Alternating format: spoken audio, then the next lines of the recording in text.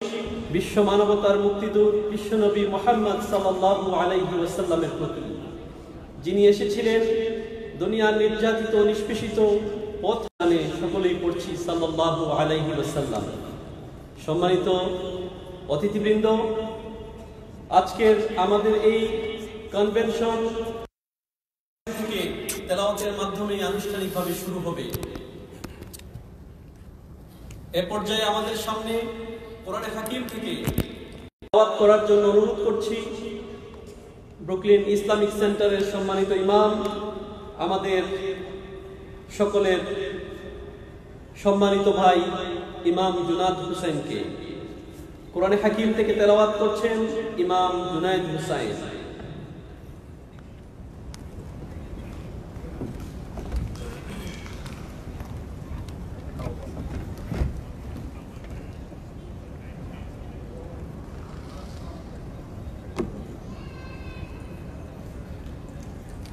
السلام عليكم ورحمة الله وبركاته. وعليكم السلام ورحمة الله وبركاته. أعوذ بالله من الشيطان الرجيم.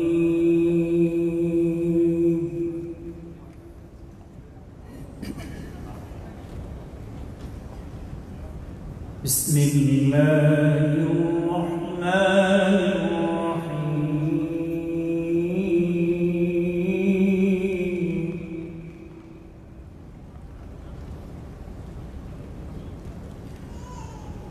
ولله ملك السماوات والأرض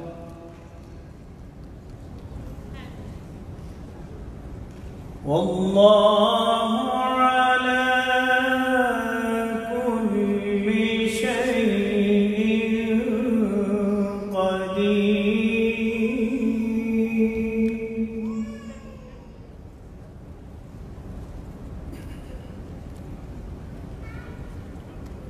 إن في خلق السماوات والأرض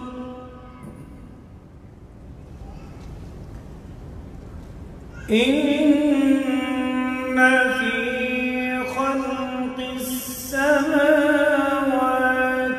والأرض واختلاف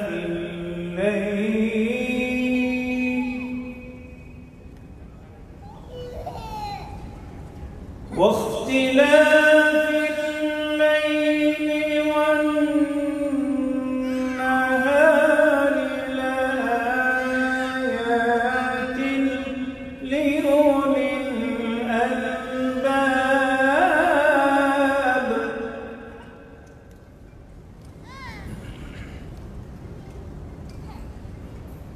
الذين يذكرون الله قياما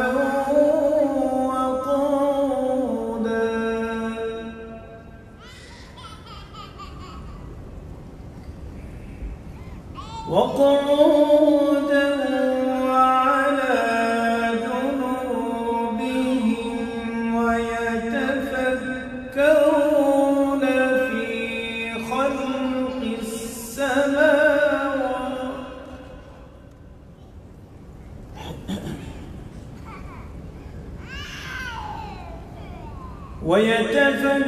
ويتفكرون في خلق السماوات والأرض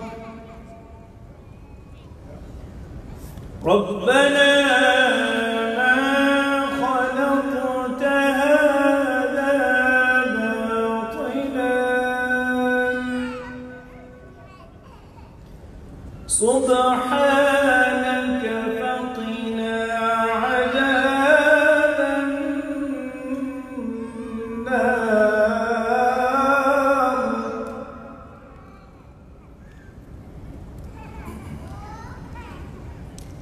ربنا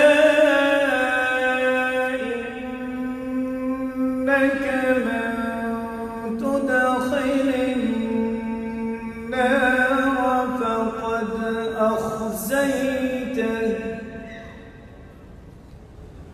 وما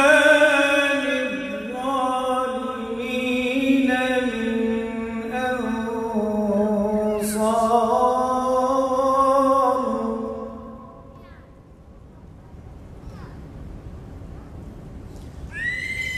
ربنا إننا سمعنا مناديا ينادي للإيمان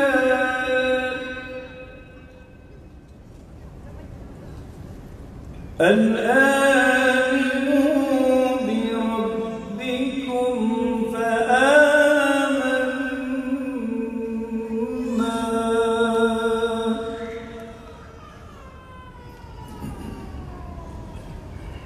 ربنا فاغفر لنا ذنوبنا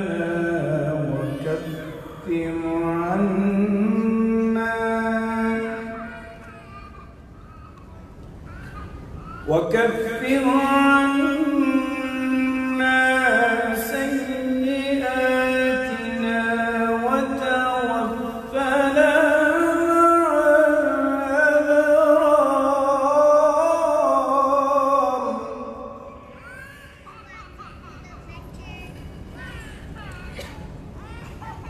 ربنا وآتنا ما وعدتنا على رسلك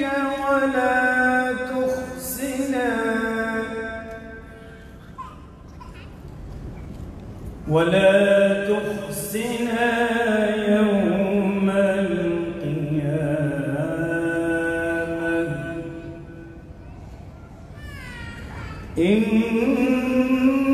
إنك لا تخلف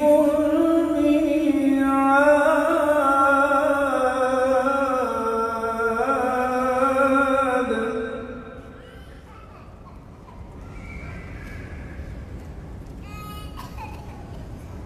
فاستجاب لهم ربهم أني لا أضيع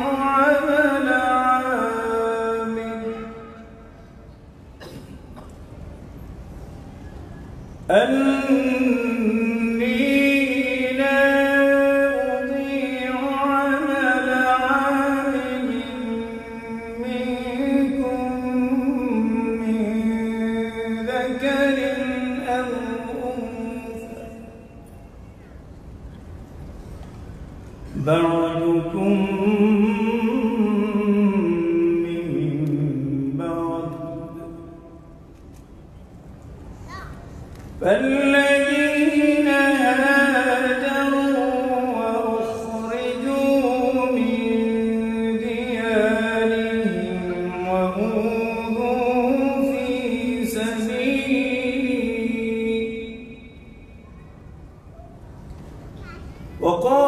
وقاتلوا وقتلوا لأكفرن عنهم سيئاتهم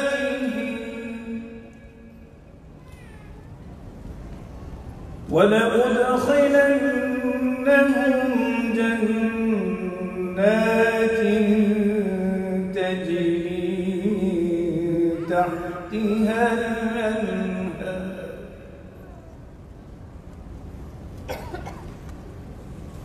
ثوابا من عند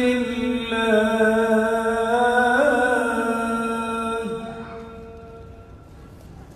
والله عنده حسن الثواب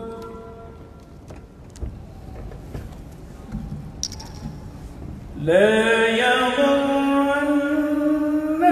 تقلب الذين كفروا في البلاد متاع قليل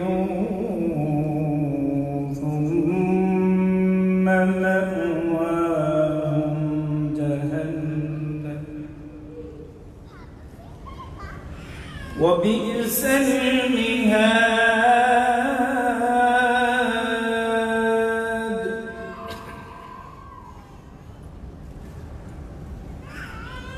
لكن الذين اتقوا ربهم لهم جنات تجري من تحتها الأنهار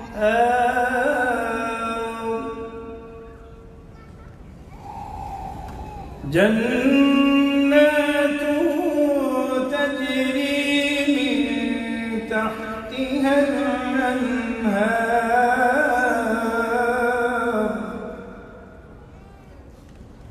خالدين فيها نزلا من عند الله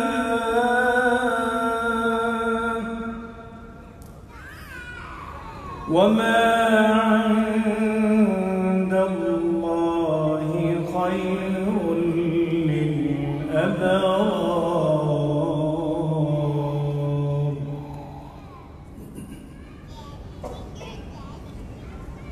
وإن من أهل الكتاب لمن يؤمن بالله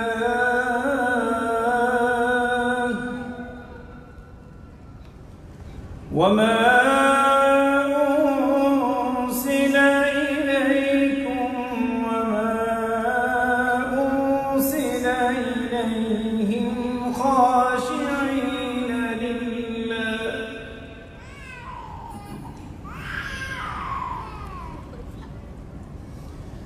لا يشترون بآيات الله ثمنا قليلا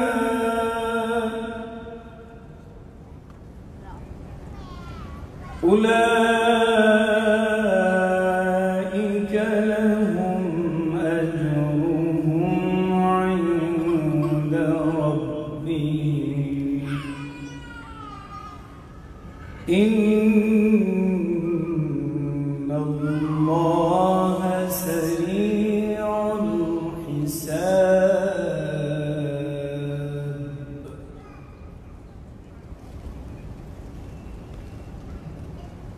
يا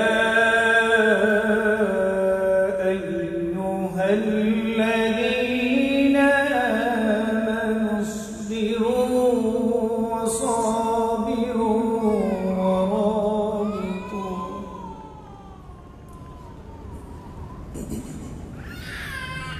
يا أيها الذين آمنوا اصبروا وصابروا ورابطوا واتقوا الله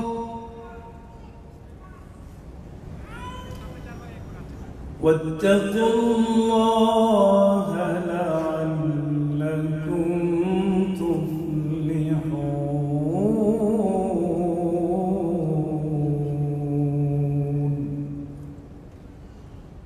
صدق الله العظيم.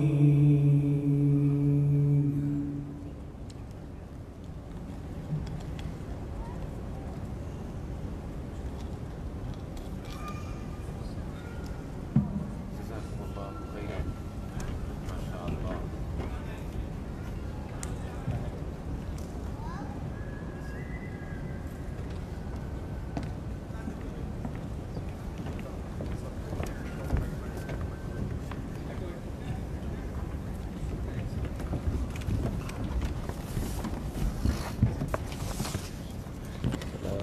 आगे लगाते हैं।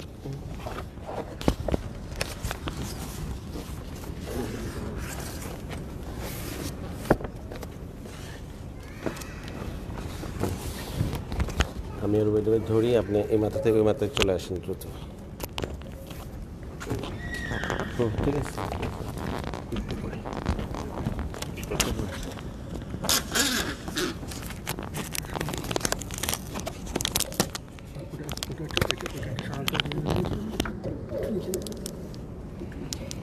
চলে ওদিক আবার পড়ে থাকবে, একটু উপরে ব্যান্ড থাকবে। গ্লাসের সাথে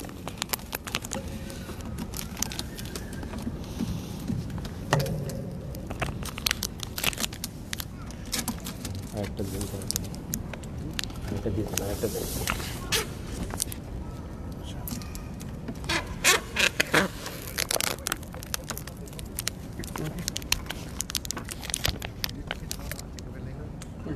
It's gonna shine back. We're gonna look good. You have to do it a different way. You have to face the other way. Okay, because you have this does not look good behind the this does not look good. It's too big and it's not right. It just doesn't look good. Without it, and you have when on the side it's fine. But the tape is gonna shine bright. This is not the right way to do it. You have all this nice stuff and you put in this light. So originate it out.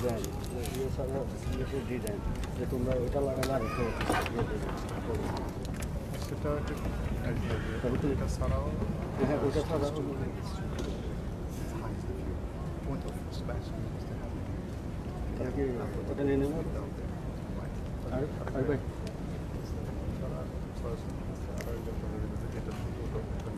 আরেকটা আছে কিন্তু এটাই design glass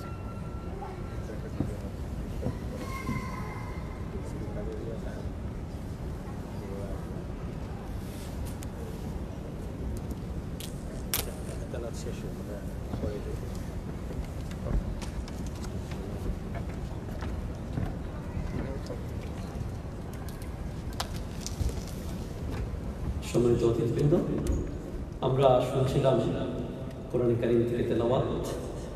জাযাকাল্লাহু chiral জাযা Imam Junaid Hussain for your beautiful recitation. Now I would like to request our honorable guest, young scholar Qari Nazrul Islam. I would like to request Qari Nazrul Islam to recite from the Holy Quran.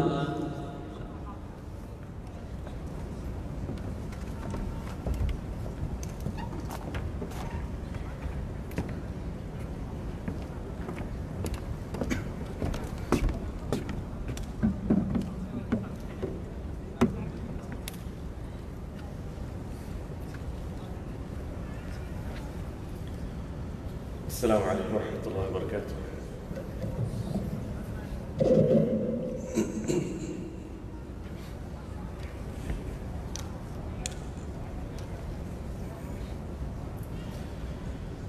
أعوذ بالله من الشيطان الرجيم.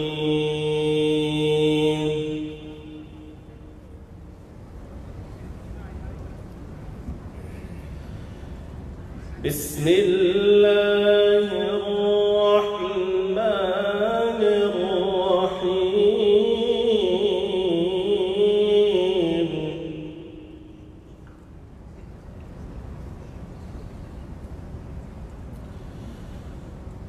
إذا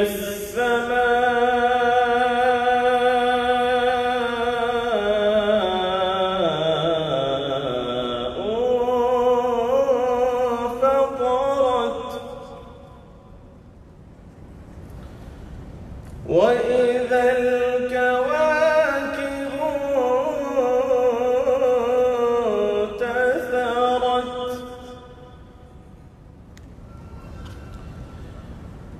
وإذا البحار فجرت وإذا القبور بعثرت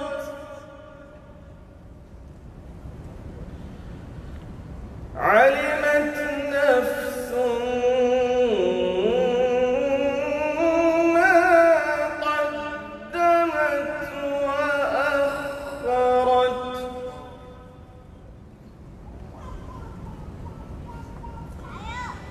يا أيها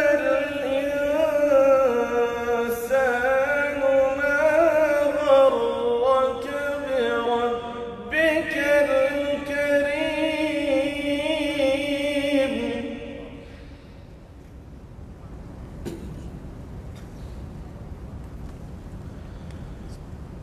يا أيها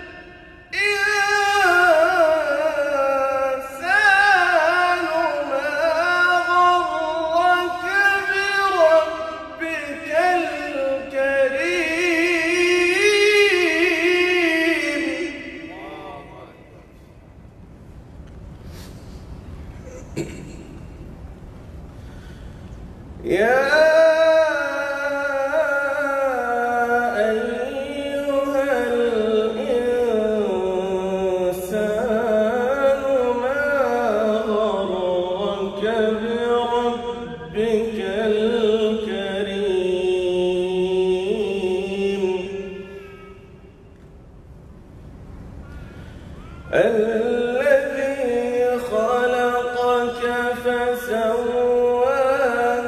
فعدلك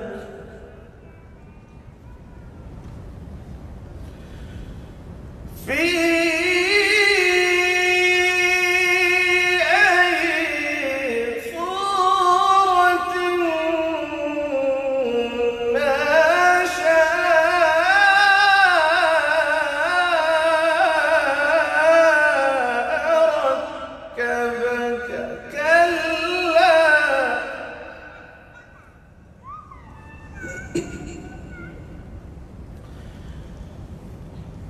كلا بل تكذبون بالدين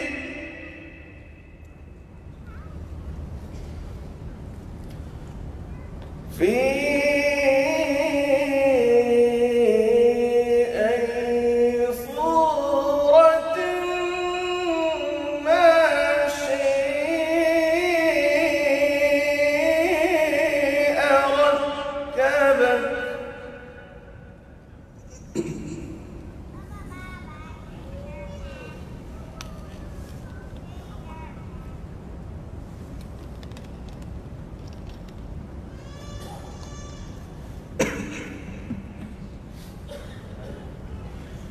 في أي صورة ما شاء ركبك كلا بل تكذبون بالدين وإن عليكم لحافظين كراما كاتبين يعلمون ما تفعلون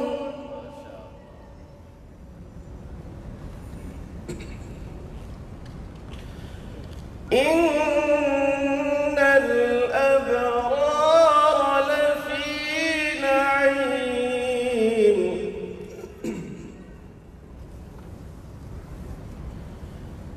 وإن الفجار لفي جحيم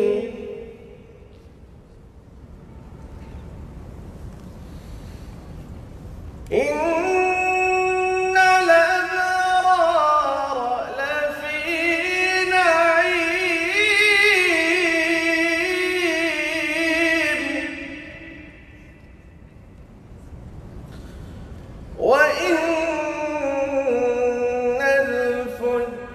الفجار لفي جحيم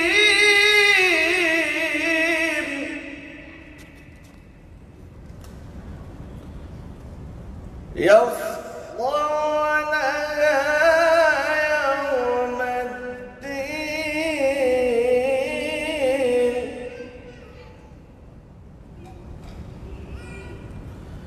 وما هم عنها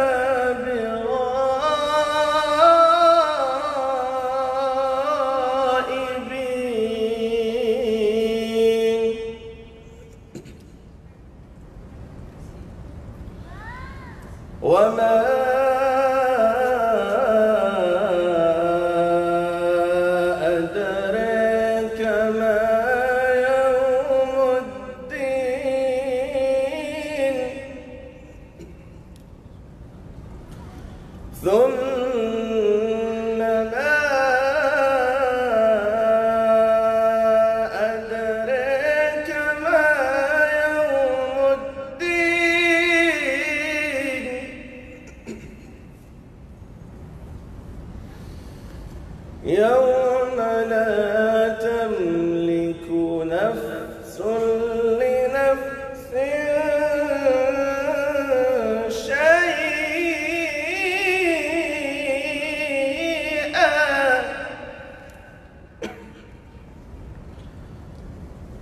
والأمر يومئذ لله.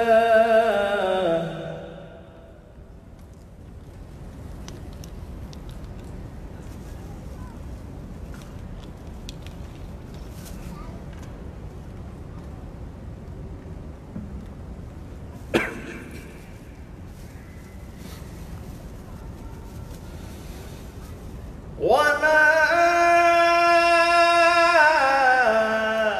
أدريك ما يوم الدين ثم ما أدريك ما يوم الدين.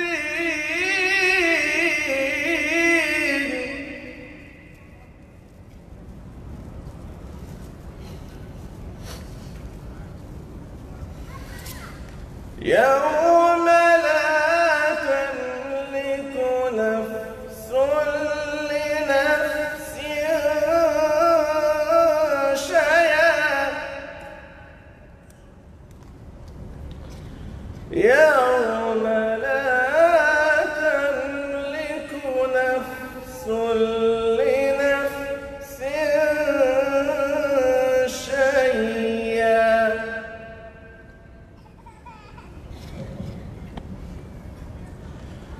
والأمر يومئذ لله.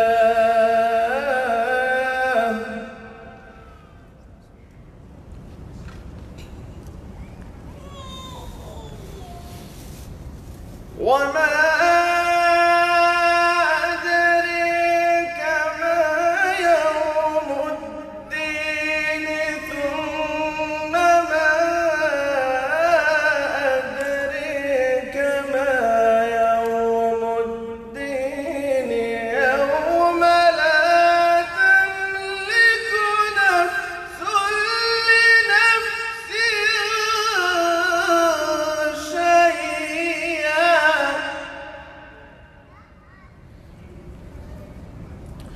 يوم لا تملك نفس لنفس شيئا. يوم لا تملك نفس لنفس شيئا.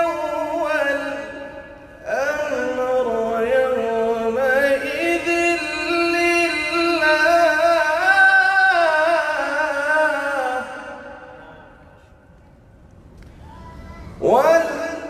والأمر يومئذ لله.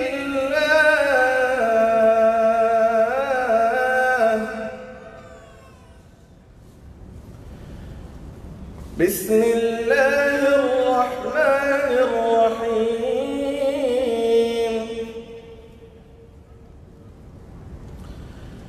الحمد لله رب العالمين الرحمن الرحيم مالك يوم الدين.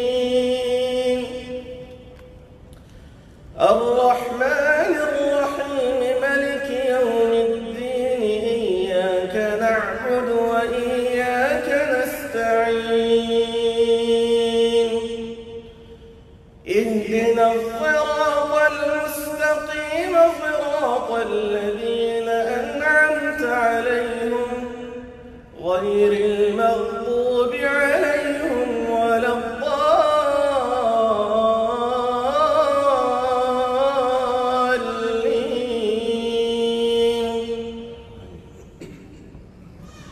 بسم الله الرحمن الرحيم. الحمد لله رب العالمين الرحمن الرحيم مالك يوم الدين. إياك نعبد وإياك نستعين.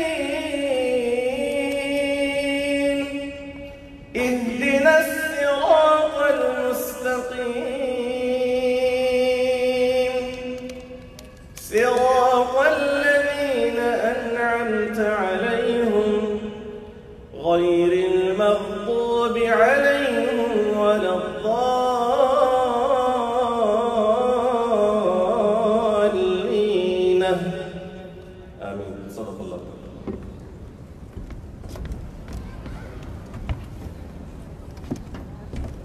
জাযাকুমুল্লাহু খাইরান শাইখ।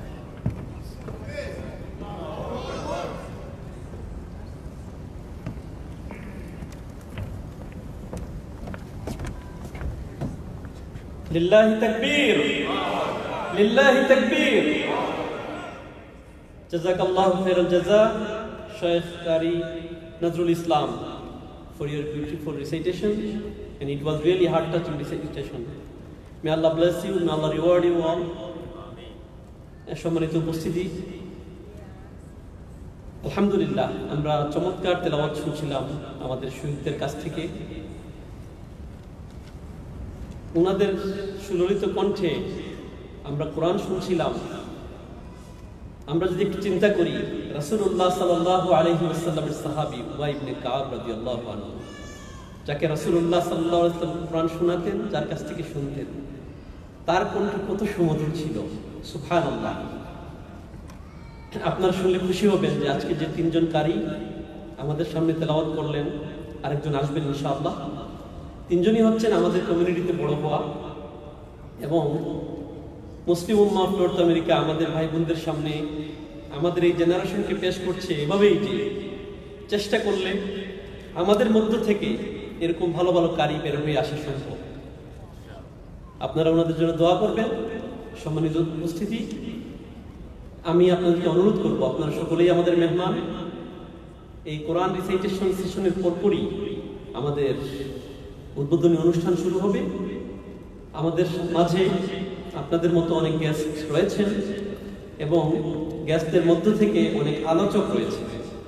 আমরা ওনাদেরকে একটু সামনের সারিতে বসতে দিতে চাচ্ছিলাম। আমাদের সম্মানিত স্পিকার গেস্ট যারা, তাদের সম্মানে আমি অনুরোধ করব, আমাদের ওনার সম্মানিত যে সমস্ত ভাইয়েরা, দায়িত্ব ভাইয়েরা আছেন, আপনারা যদি একটু পিছনের সারিতে যান, অতিথিরা একজন একজন করে আসবেন ইনশাআল্লাহ। এবং আপনাদের প্রতি সম্মান রেখে আমরা এই অনুরোধটা করছি। রাসূলুল্লাহ সাল্লাল্লাহু আলাইহি সাল্লাম বলেছেন যে আনজিলুন নাসা মানাজিলাহুম, মানুষকে তার মর্যাদা অনুযায়ী সম্মান দেওয়ার জন্য। আমরা সকলেই সম্মানিত, কিন্তু আমাদের অতিথি যারা আসবেন আলোচক হিসাবে, তাদেরকে আমরা সামনের সারিতে দেখতে চাচ্ছি। সম্মানিত উপস্থিতি, এ পর্যায়ে আমরা আবারও তেলাওয়াত শুনবো আমাদের প্রিয় ভাই হাফিজ জুনায়েদ হুসাইনের কাছ থেকে। ইমাম জুনায়েদ হুসাইন তেলাওয়াত করবেন।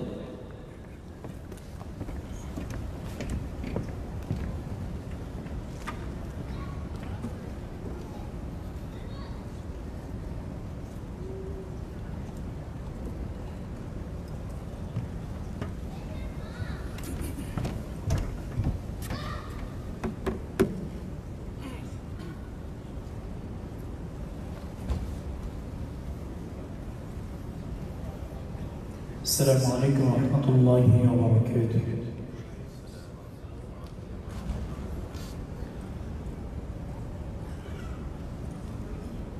أعوذ بالله من الشيطان الرجيم.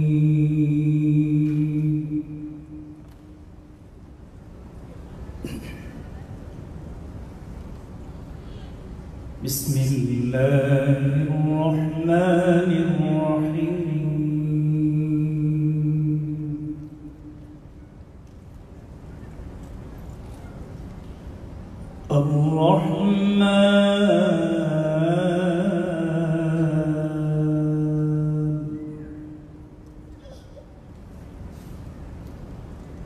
علم القرآن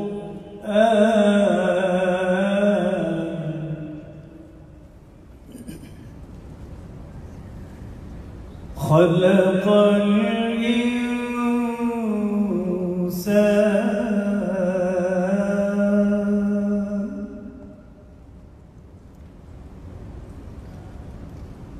علمه البيان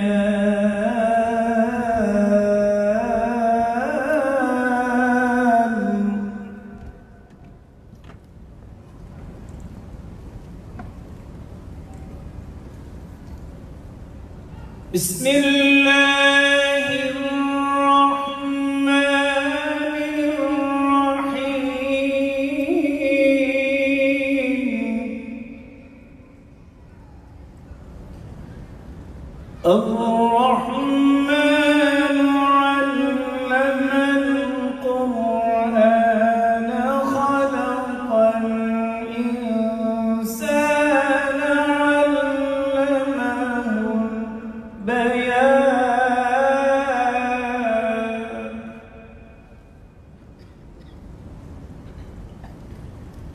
الشمس والقمر بحسبان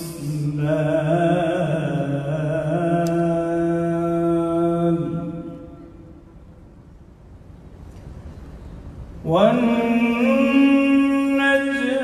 والشجر يسجدان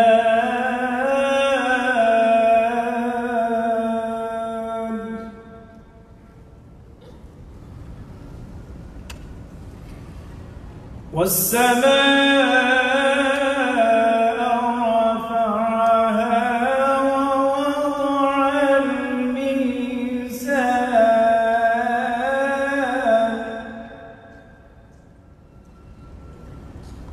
ألا تطغوا في الميزان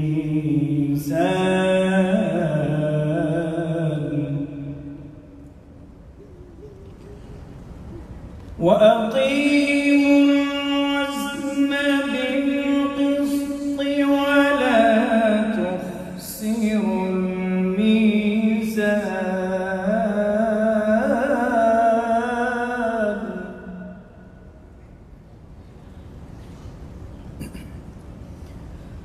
والأرض وضعها للأنام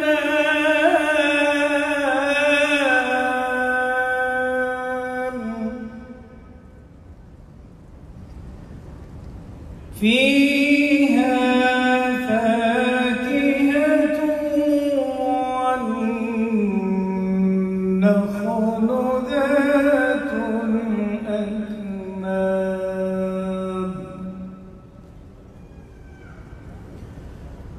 والحب ذو العصف والريحان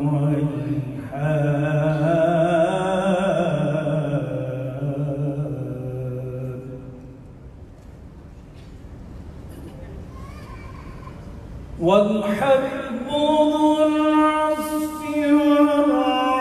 والريحان فبأي آلاء ربكما تكذبان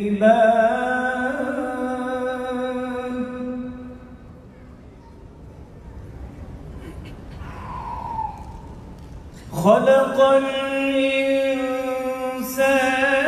من صلصال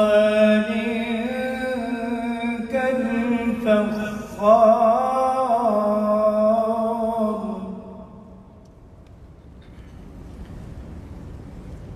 وخلق الجان من مارج من نار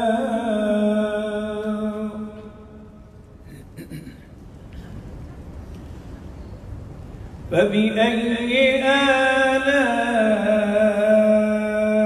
ربكما تكذبان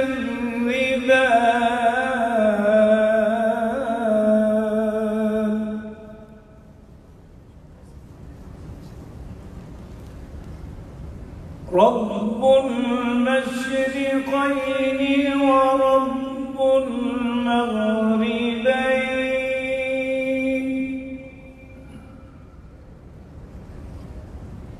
فبأي آلاء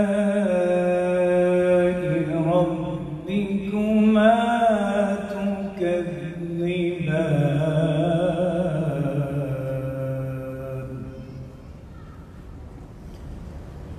فبأي آلاء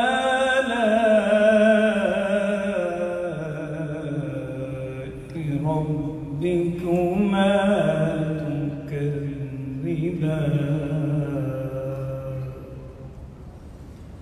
صدق الله العظيم. السلام عليكم.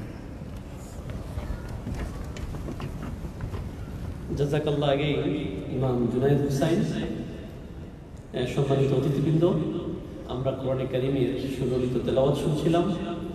আপনাদের কাছে কি তেলাওয়াত ভালো লাগছে? কোরআনের এত সুমধুর তেলাওয়াত অবশ্যই ভালো লাগবে, কিন্তু কোরআন আসেনি তেলাওয়াত শোনার জন্য, কোরআন আসেনি শুধুমাত্র তেলাওয়াত করার জন্য। কোরআন এসেছে পৃথিবীর প্রতিটি প্রান্তে, প্রতিটি মানুষের দ্বারে দ্বারে এই বাণী পৌঁছে দেওয়ার জন্য যে এক আল্লাহ ছাড়া আর কোনো মাবুদ নাই এবং মুহাম্মদ সাল্লাল্লাহু আলাইহি ওয়াসাল্লাম হচ্ছেন আল্লাহর প্রেরিত নবী এবং রাসূল। এবং জীবনের প্রতিটি ক্ষেত্রে এই কোরআনকে মানতে হবে। এই কোরআনই হবে কিয়ামতে আপনার জন্য জান্নাতে যাওয়ার সুপারিশকারী। মুসলিম উম্মাহ অফ নর্থ আমেরিকা গঠিত হয়েছে কোরআনের এই বাণীকে বাংলা ভাষাভাষী সকল মানুষের কাছে পৌঁছানোর সাথে সাথে এদেশে আমরা যারা বসবাস করছি এদেশের সকল মানুষের কাছে কোরআনের এই বাণীকে পৌঁছে দেওয়ার জন্য। আপনারা সকলে কি আমাদের এই প্রচেষ্টার সাথে একমত হতে রাজি আছেন? তাকবীর। সম্মানিত উপস্থিতি, I would like to request our beloved Sheikh Qari Abdul Majid now to recite the Holy Quran.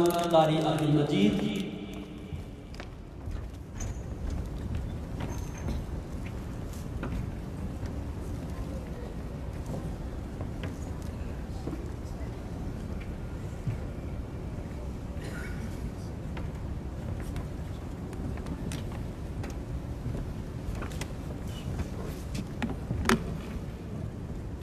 Assalamu alaikum wa rahmatullahi wa barakatuh. Inshallah, I'm going to recite my own style. After that, inshallah, I'm going to do some imitation of Imam of Makkah and Medina, inshallah. أعوذ بالله من الشيطان الرجيم. بسم الله الرحمن الرحيم. اعلموا أنما الحياة الدنيا لعب ولهو وزينة وتفاخر بينكم وتكاثر في الأموال والأولاد كمثل غيث أعجب الكفار نباته ثم يهيج فتراه مصفرا ثم يكون حطاما وفي الآخرة عذاب شديد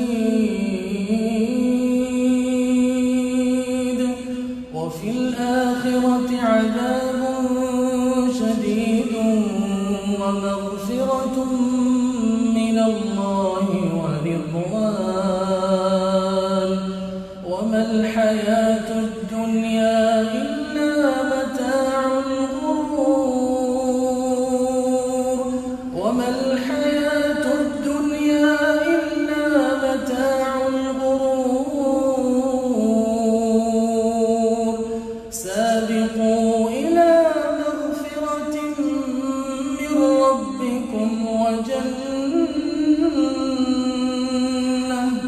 وجنة عرضها كعرض السماء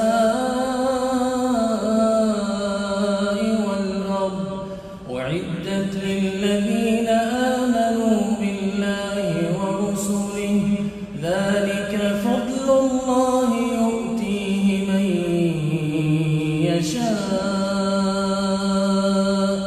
ذلك فضل الله يؤتيه من يشاء والله ذو الفضل العظيم ما أصاب من مصيبة في الأرض ولا في أنفسكم إلا في كتاب من قبل أن نبرأها إن ذلك على الله يسير لكي لا تأسوا على ما فاتكم ولا تفرحوا بما آتاكم والله لا يحب كل مختال فخور الذين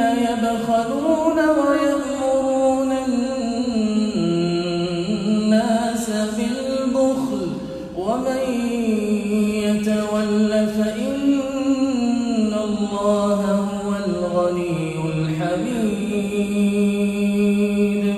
ومن يتول فإن الله هو الغني الحميد.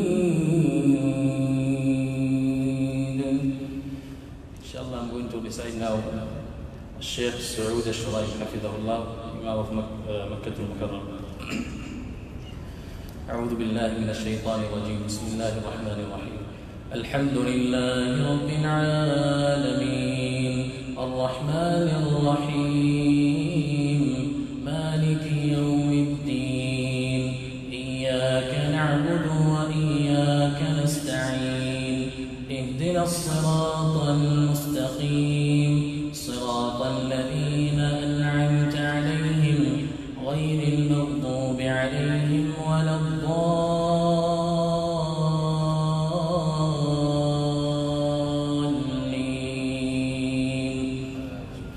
لقد أرسلنا رسلنا بالبينات وأنزلنا معهم الكتاب والميزان ليقوم الناس بالقسط وأنزلنا الحديد فيه بأس شديد ومنافع للناس وليعلم الله من ينصره ورسله بالغيب إن الله قوي عزيز. ولقد أرسلنا نوحا وإبراهيم وجعلنا في ذريتهما النبوة والكتاب فمنهم مهتد وكثير منهم فاسقون ثم قفينا على آثارهم برسلنا وقفينا بعيسى ابن مريم وآتيناه الإنجيل وجعلنا في قلوب الذين اتبعوه رأفة ورحمة ورهبانية ابتدعوها ما كتبناها عليهم إلا ابتغاء رضوان الله فما رعوها حق رعايتها فآتينا الذين آمنوا منهم أجرهم وكثير منهم فاسقون. يا أيها الذين آمنوا اتقوا الله وآمنوا برسوله يؤتكم كفلين من رحمته ويجعل لكم نورا تمشون به ويغفر لكم والله غفور رحيم. لئلا يعلم أهل الكتاب ألا يقدرون على شيء من فضل الله وأن الفضل بيد الله يؤتيه من يشاء والله ذو الفضل العظيم. الشيخ ماهر المعيقلي حفظه الله. بسم الله الرحمن الرحيم. الحمد لله رب العالمين الرحمن الرحيم مالك يوم الدين إياك نعبد وإياك نستعين اهدنا الصراط المستقيم صراط الذين أنعمت عليهم غير المغضوب عليهم ولا الضالين.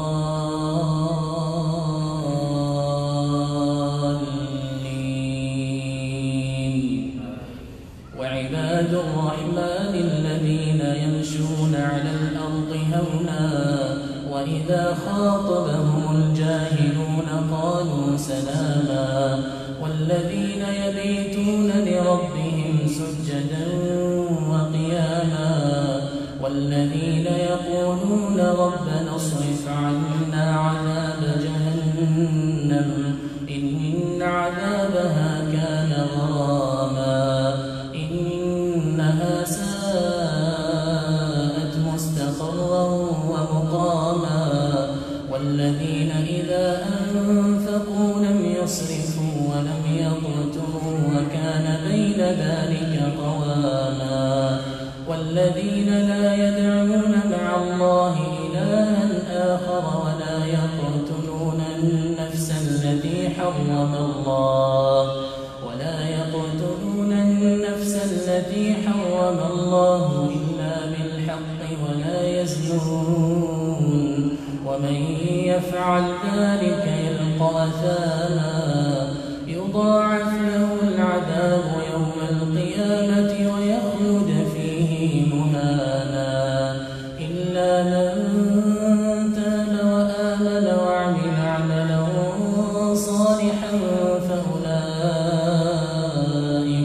فأولئك يبدل الله سيئاتهم حسنات وكان الله غفورا رحيما ومن تاب وعمل صالحا فإنه يتوب إلى الله متابا. Now الشيخ أبو بكر الشاطبي حفظه الله. بسم الله الرحمن الرحيم. الحمد لله رب العالمين الرحمن الرحيم مالك يوم الدين إياك نعبد وإياك نستعين اهدنا الصراط المستقيم صراط الذين أنعمت عليهم غير المغضوب عليهم ولا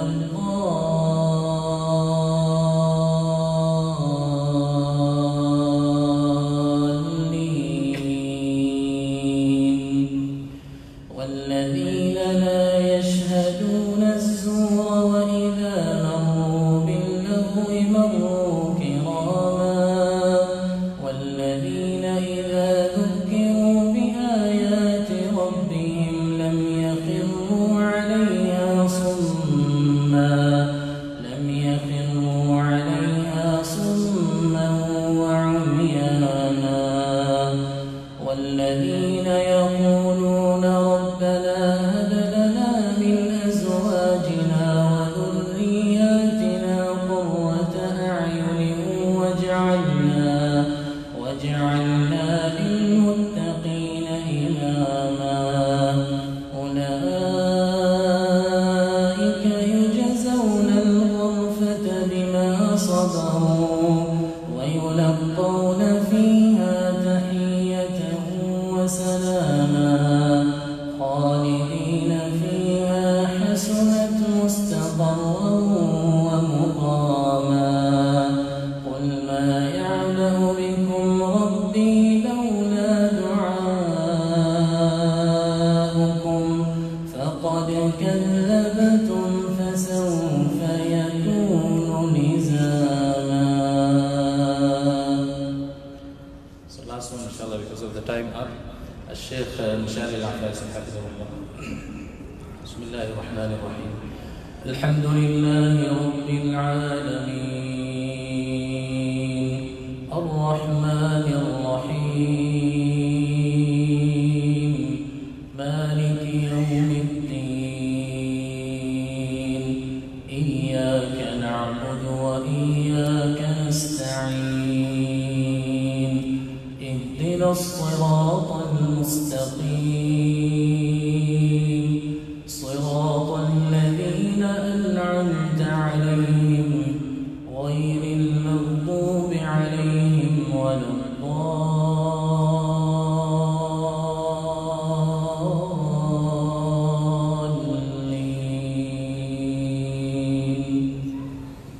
لله ما في السماوات وما في الأرض وإن تبدوا ما في أنفسكم أو تخفوه يحاسبكم به الله فيغفر لمن يشاء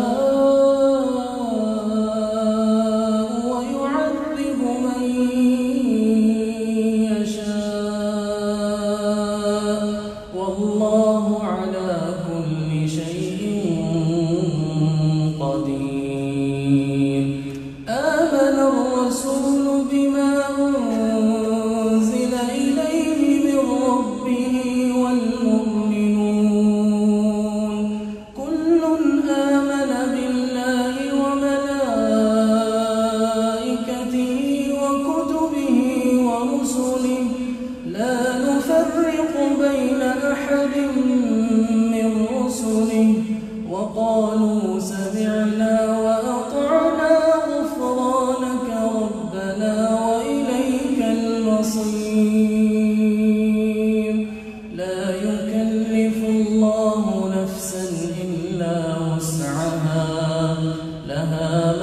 كسبت وعليها ما اكتسبت ربنا لا تؤاخذنا إن نسينا أو أخطأنا ربنا ولا تحمل علينا إصرا كما حملته على الذين من قبلنا ربنا ولا تحملنا ما لا طاقة لنا به واعف عنا واغفر لنا وارحمنا واعف عنا واغفر لنا وارحمنا أنت مولانا فانصرنا على القوم الكافرين صدق الله.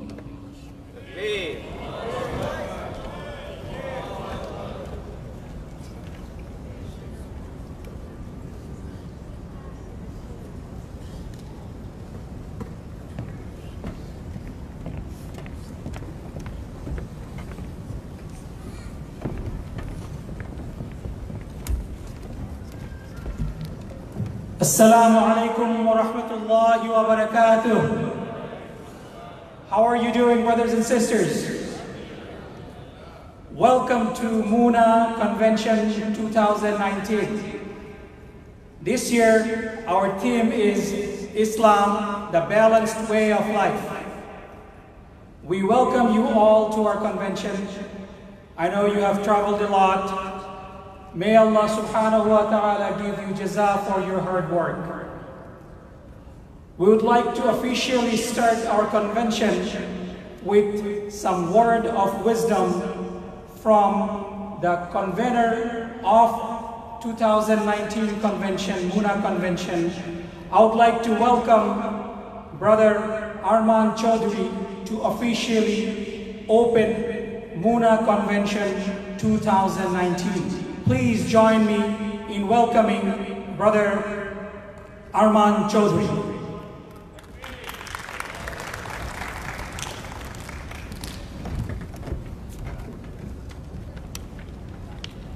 Bismillahir Rahmanir Rahim. Alhamdulillah, Alhamdulillahi Rabbil Alameen. As-salatu was-salamu ala Sayyidil Mursaleen wa ala alihi wa sahbihi ajma'in. Honorable National President, National Vice Presidents, members of National Shura and Executive Committee, Zone Presidents, Senior Members, Associate Members, Speakers, guests, my dear brothers and sisters, Assalamu alaikum wa rahmatullahi wa barakatuh. It gives me a great pleasure to speak to you this afternoon, to welcome you most cordially at the official opening of the annual Muna Convention 2019 at the Pennsylvania Convention Center. This event is the culmination of an enormous collective effort which began in late 2018 when Muna National Shura decided to go forward with 2019 convention. From that moment on, many brothers and sisters contributed in one form or another towards the organization of this convention. I take this opportunity to express my appreciation to Imam Dawar Hussain, Muna National President, and Brother Abba Hamid Nur Zaman, former Chairman of the Convention, and Muna National Vice President, for the leadership, enthusiasm, and assistance they gave to our expanded Convention Committee members, for the enormous personal sacrifices they made, and to our zone and chapter leadership to help bring our participants here in the city of Philadelphia, the city of brotherly love. Brothers and sisters, in the recent years, we witnessed a significant increase in threats to the Muslim community here in the USA and around the world. With the terror attack in Christchurch, New Zealand on 2 masjids, The bigotry and Islamophobia was full displayed in big screen. We saw the horror firsthand. The incidents also displayed the misunderstanding and misunderstood nature of Islam and Muslims in the Western society. This convention's theme is Islam, the balanced way of life. The convention hopes to bring about the balance and the just nature of the deen of Allah subhanahu wa ta'ala and educate our generation, the next generation, in the society at large, the peaceful messages brought to the entire humanity by the Prophet Muhammad sallallahu alaihi wasallam. Distinguished brothers and sisters, let me express on behalf of Muna Convention Committee our most sincere wish that the discussions and the lectures resulting from the 3 days of convention will positively contribute to the understanding of the deen of Allah subhanahu wa ta'ala, the Al-Islam. We hope you leave this convention with your head high, your iman at peak, and your proud Muslim identity strong. Please forgive any shortcomings we have in organizing this event. Let our team of volunteers and management know if you need anything or if you have any suggestions.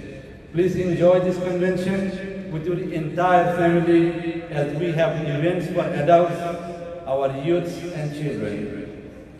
Please visit our vendors and sponsors and support them as they are an integral part of this convention. Jazakallahu khairan. Again, on behalf of the Muna Convention Committee, we want to express our utmost and sincere appreciation for making the personal sacrifice to join us in Philadelphia to enjoy the 2019 Muna Convention. Thank you very much. Assalamu alaikum wa rahmatullahi wa barakatuh.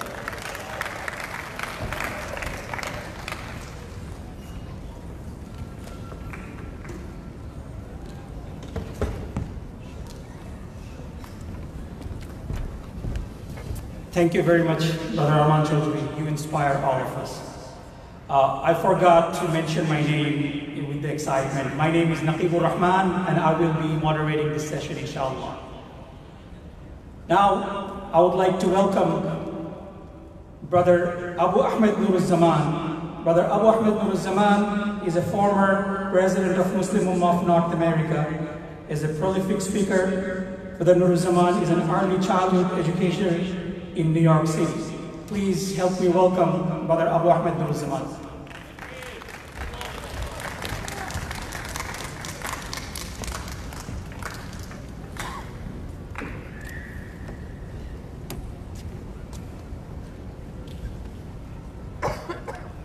Alhamdulillah, Alhamdulillah Rabbil Alameen, As-salatu was-salamu ala Rasulil Kareem. Respected National President, guests, speakers, dignitaries, brothers and sisters, and our children of all ages, Assalamu alaikum wa rahmatullahi wa barakatuh. Once again, welcome to Muna Convention 2019. Alhamdulillah, with the blessings and grace of Allah subhanahu wa ta'ala, Muna has come a long way. And we need to go far away, inshallah. With your advice, your sacrifice, and your cooperation, Muna has come that far. And I hope, inshallah, you will continue your support, your suggestions, your help to achieve the eternal responsibility given by Allah subhanahu wa ta'ala to this ummah, which is Muslim of North America is trying to do. Allah subhanahu wa ta'ala says in the Quran, I have given you the responsibility to convey the message to humanity. وَمَنْ أَحْسَنُ قَوْلًا مِّمَّنْ دَعَا إِلَى اللَّهِ وَعَمِلَ صَالِحًا وَقَالَ إِنَّنِي مِنَ الْمُسْلِمِينَ. And Allah is saying, whose words is better than the person who invites people towards Allah. And then he says, I'm one of the Muslims, one of you. So brothers and sisters, we have the blessings from Allah subhanahu wa ta'ala, al-Islam. Islam came from Allah subhanahu wa ta'ala to Adam alayhi salam, to Noah, to Moses, to Isa alayhi salam, to Muhammad sallallahu alayhi wasallam, and to us. The message was same, but the application was different as part the time dictates. So we should convey this message to the whole humanity. Muna is doing this job, and thank you all. You are supporting us throughout all the years. I hope this convention will give us a momentum so that we can go to door to everyone to share the message of peace and blessings of Al-Islam, inshallah. I thank you, all the organizers, especially the volunteers, our vendors, and all brothers and sisters who spend time and money to bring this whole event in existence. May Allah accept our sacrifice, our time, and may Allah give us reward here and hereafter, inshallah. Thank you very much. Thank you for coming and forgive our mistakes and shortcomings. Jazakallahu khairan. Assalamu alaikum wa rahmatullahi wa barakatuh.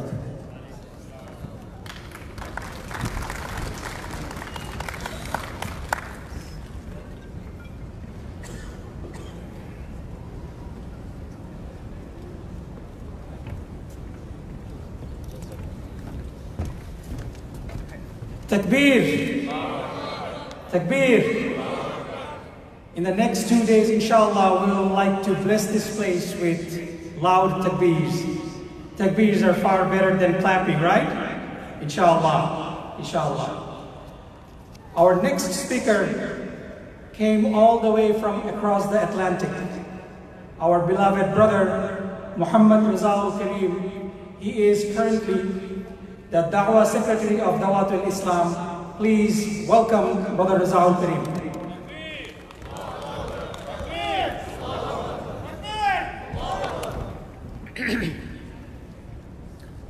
Alhamdulillahi Rabbil Alameen, wassalatu wassalamu ala rasulihil ameen, wa ala alihi wa ashabihi ajma'in, wa ala man tabi'ahum bi ihsanin ila yawmiddin.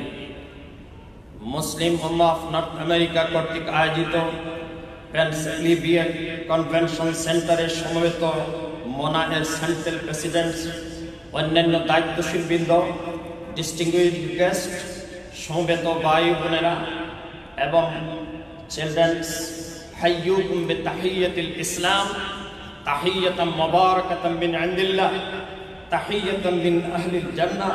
Assalamu alaikum wa rahmatullahi wa barakatuh. Brothers and sisters, this year convention theme is Islam, the balanced way of life. Islam একটি ভারসাম্যপূর্ণ জীবন ব্যবস্থা, ইসলাম একটি পরিপূর্ণ জীবন ব্যবস্থা। আল্লাহ রাব্বুল আলামিন কোরআন কারীমে ইরশাদ করেছেন, وَكَذَلِكَ جَعَلْنَاكُمْ أُمَّةً وَسَطًا لِتَكُونُوا شُهَدَاءَ عَلَى النَّاسِ وَيَكُونَ الرَّسُولُ عَلَيْكُمْ شَهِيدًا.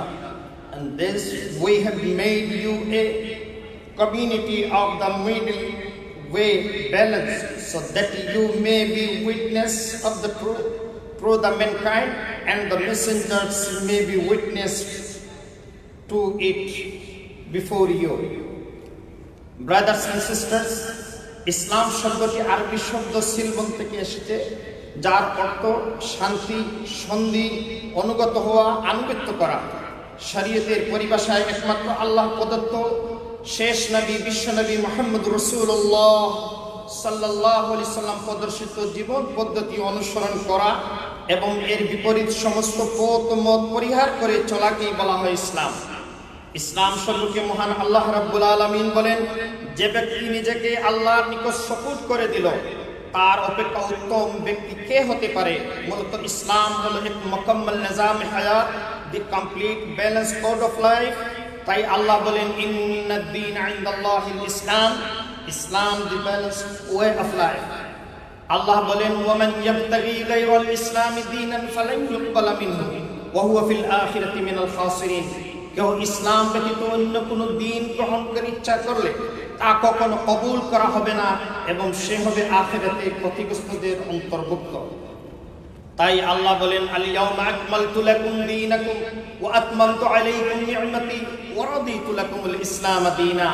আজ তোমাদের জন্য তোমাদের দ্বীন পূর্ণাঙ্গ করলাম, তোমাদের প্রতি আমার নিয়ামত সমূহ পূর্ণ করলাম এবং ইসলামকে তোমাদের দ্বীন মনোনীত করলাম। ব্রাদার্স এন্ড সিস্টার্স, ইসলাম এসেছে বিজয়ের জন্য। তাই আল্লাহ রাব্বুল আলামিন সূরা ফাতিহ, সূরা তাওবা, সূরা সাফে বলেন, হুয়াল্লাযী আরসালা রাসূলাহু বিল হুদা ওয়া দীনিল হক লিইয়ুযহিরাহু আলাদ দীনি কুল্লিহি ওয়া কাফা বিল্লাহি শাহীদা। তিনি তার রাসূলকে পথ নির্দেশ ও সত্য দ্বীন সহকারে প্রেরণ করেছেন অপর সমস্ত দ্বীনের উপর ইসলামকে জয়যুক্ত করার জন্য। আল্লাহ সাক্ষী যথেষ্ট। তাই ইসলাম গ্রহণের ব্যাপারে কোনো জোর জবরদস্তি নেই। আল্লাহ বলেছেন, লা ইকরাহা ফিদ-দীন, দ্বীন সম্পর্কে কোনো জবরদস্তি নেই। ইসলাম প্রচারের আদেশ আল্লাহ দিয়েছেন, উদউ ইলা সাবিলি রাব্বিকা বিল হিকমা ওয়া মাউইযাতিল হাসানা ওয়া জাদিলহুম বিল্লাতী হিয়া আহসান। হে নবী, তোমার রবের পথের দিকে দাওয়াত দাও আর লোকদের হিকমত ও সদুপ উপদেশ দ্বারা আর লোকদের সাথে আলোচনা করো উত্তম পন্থায়। ব্রাদার্স এন্ড সিস্টার, সারা বিশ্বের অগণিত মানুষের আজ একটি জিজ্ঞাসা, এই যে সমস্ত পৃথিবীতে যে অশান্তি, নিরাশা, হিংসা, বিদ্বেষ, এই লাঞ্ছনার কি শেষ নেই? শান্তির আশায় মানুষ এক পথ ছেড়ে অন্য পথে চলছে, কিন্তু বারবার হয়েছে ব্যর্থ। পুরাতন শিকলের বদলে নতুন আরেক শিকল মানুষের গলায় জড়িয়ে পড়েছে। তাই মানুষের সামনে আজ একটি মাত্র পথ, তার স্রষ্টার দেওয়া সহজ সরল পথ ইসলাম। আল্লাহর পক্ষ থেকে মানুষের মুক্তির পথ হলো মুহাম্মদুর রাসূলুল্লাহ সাল্লাল্লাহু আলাইহি সাল্লামের প্রদর্শিত পথ ইসলাম। আর এই কথা শুধু মুসলমান নয়, অমুসলমান গবেষকরাও অকপটে স্বীকার করে নিয়েছেন যে মুহাম্মদুর রাসূলুল্লাহ সাল্লাল্লাহু আলাইহি সাল্লামকে যদি স্মরণ করা যায় তাহলে আজকে এই দুনিয়াতে শান্তি আসতে বাধ্য। জর্জ বার্নার্ডো তাই বলেছেন, I believe that if a man like Muhammad sallallahu alaihi wasallam was to assume the dictatorship of the modern world, he will succeed in solving the problems in a way that if one needed peace and happiness. So Allah বলেন, وَمَنْ أَحْسَنُ قَوْلًا مِمَّنْ دَعَا إِلَى اللَّهِ وَعَمِلَ صَالِحًا وَقَالَ إِنَّنِي مِنَ الْمُسْلِمِينَ। আর সেই ব্যক্তির কথা অপেক্ষা অধিক আর কথা হতে পারে যে আল্লাহর দিকে তাকে এবং বলে যে আমি মুসলমান। আল্লাহ আমাদের সকলকে ভারসাম্যপূর্ণ জীবন গড়া এবং পূর্ণ মুসলমান হওয়ার তৌফিক এনায়েত করুন। ওয়া আখির দাওয়ানা আনিল হামদুলিল্লাহি রাব্বিল আলামিন। আসসালামু আলাইকুম ওয়া রাহমাতুল্লাহি ওয়া বারাকাতুহু।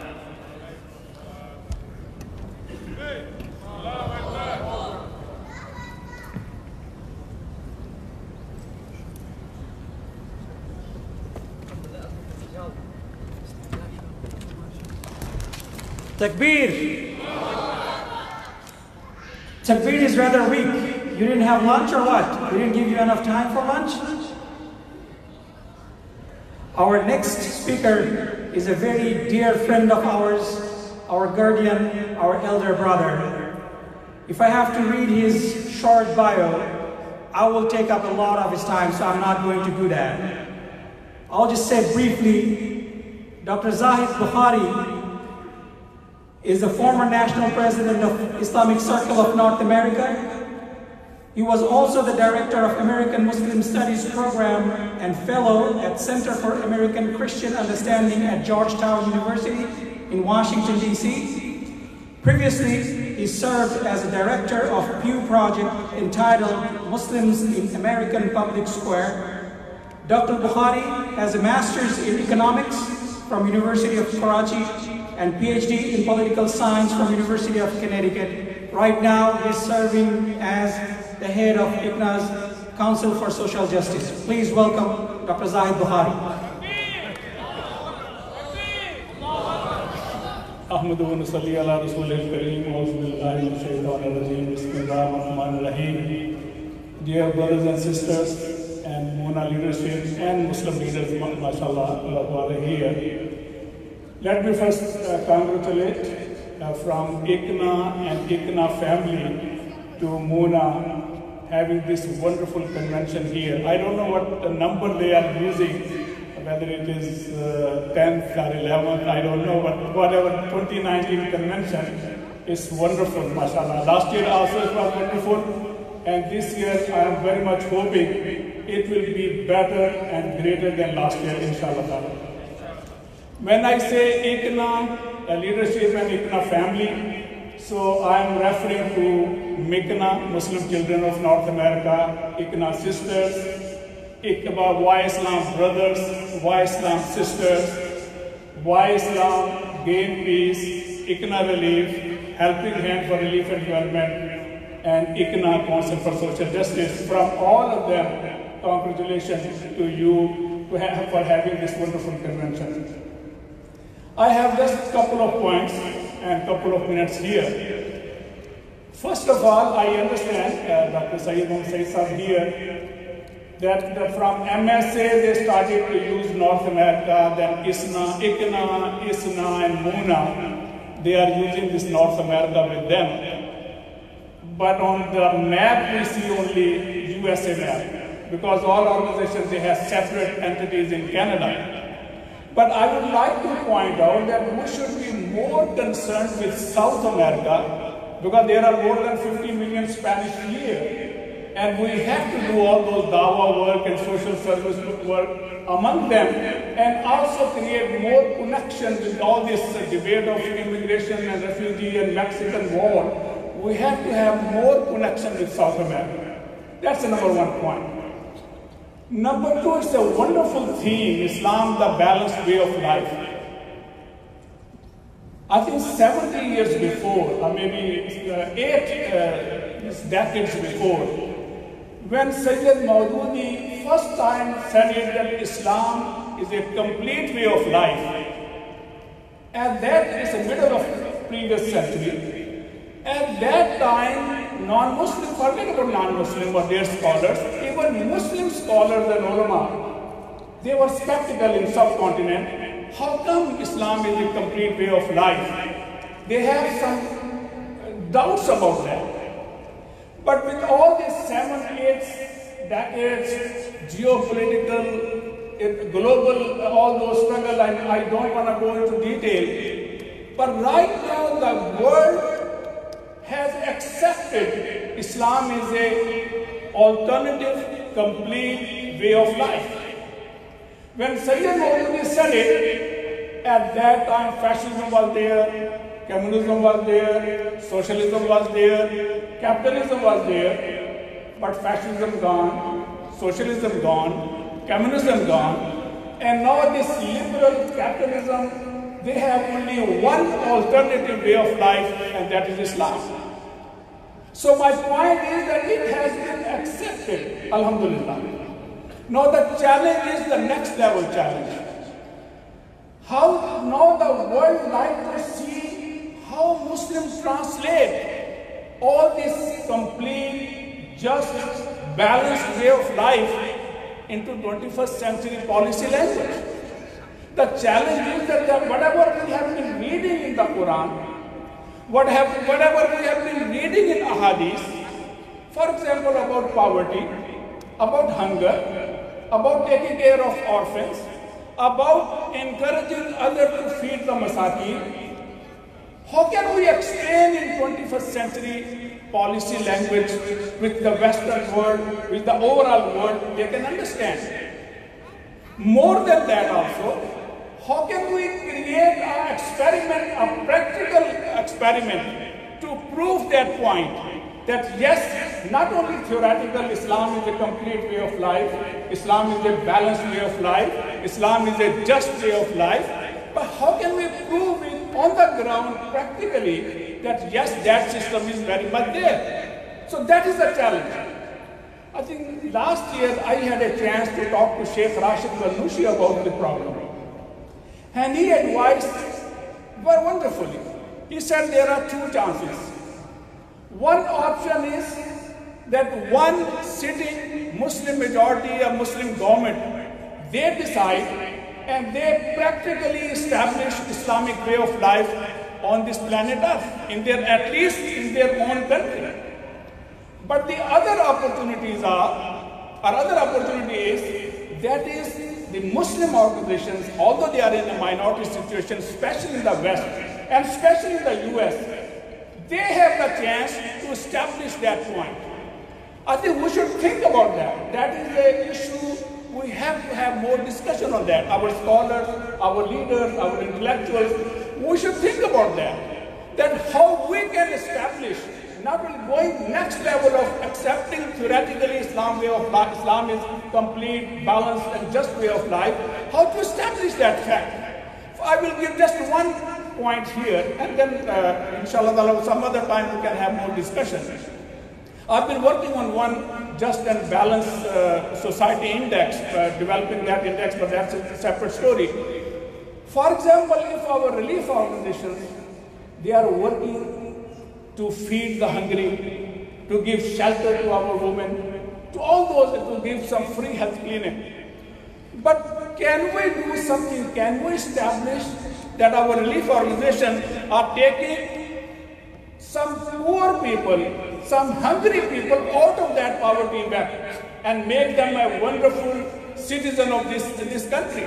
I think we should think about some new paradigm, some new experiment, some new way to establish that Islam is here in this land a complete way of life, a just way of life, and balanced way of life. Wa akhiru da'wana alhamdulillahi rabbil alamin.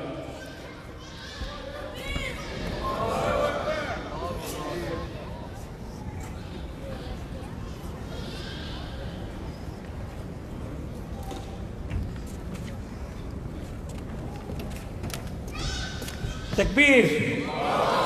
Dr. Zahid Bukhari, you always inspire us. We are really blessed, alhamdulillah, to have the next speaker among us. 50 years or 100 years down the road, the next generation is going to look up on who are the leaders that were instrumental in building the fabric of Muslim society in North America. And the name of next speaker will always be there. We are really fortunate to have the President of Islamic Society of North America, ISNA, Dr. Saeed Muhammad Saeed, among us. He has an illustrious career and contribution here in this land. He served 12 years as the Secretary General of ISNA. He was the founder of MSA. He was also the founder and former Secretary General of International Islamic Federation of Student Organization, IFSU, General Secretary of Association of Muslim Social Scientists, AMSS, and Chairman of the editorial board of Islamic Horizon magazine. Dr. Saeed was one of the founders of American Journal of Islamic Scholars, AJISS, American Journal of Islamic Social Sciences, and served as editor and then editor-in-chief. Please help me welcome Dr. Saeed Muhammad Saeed for the welcome message. Takbir.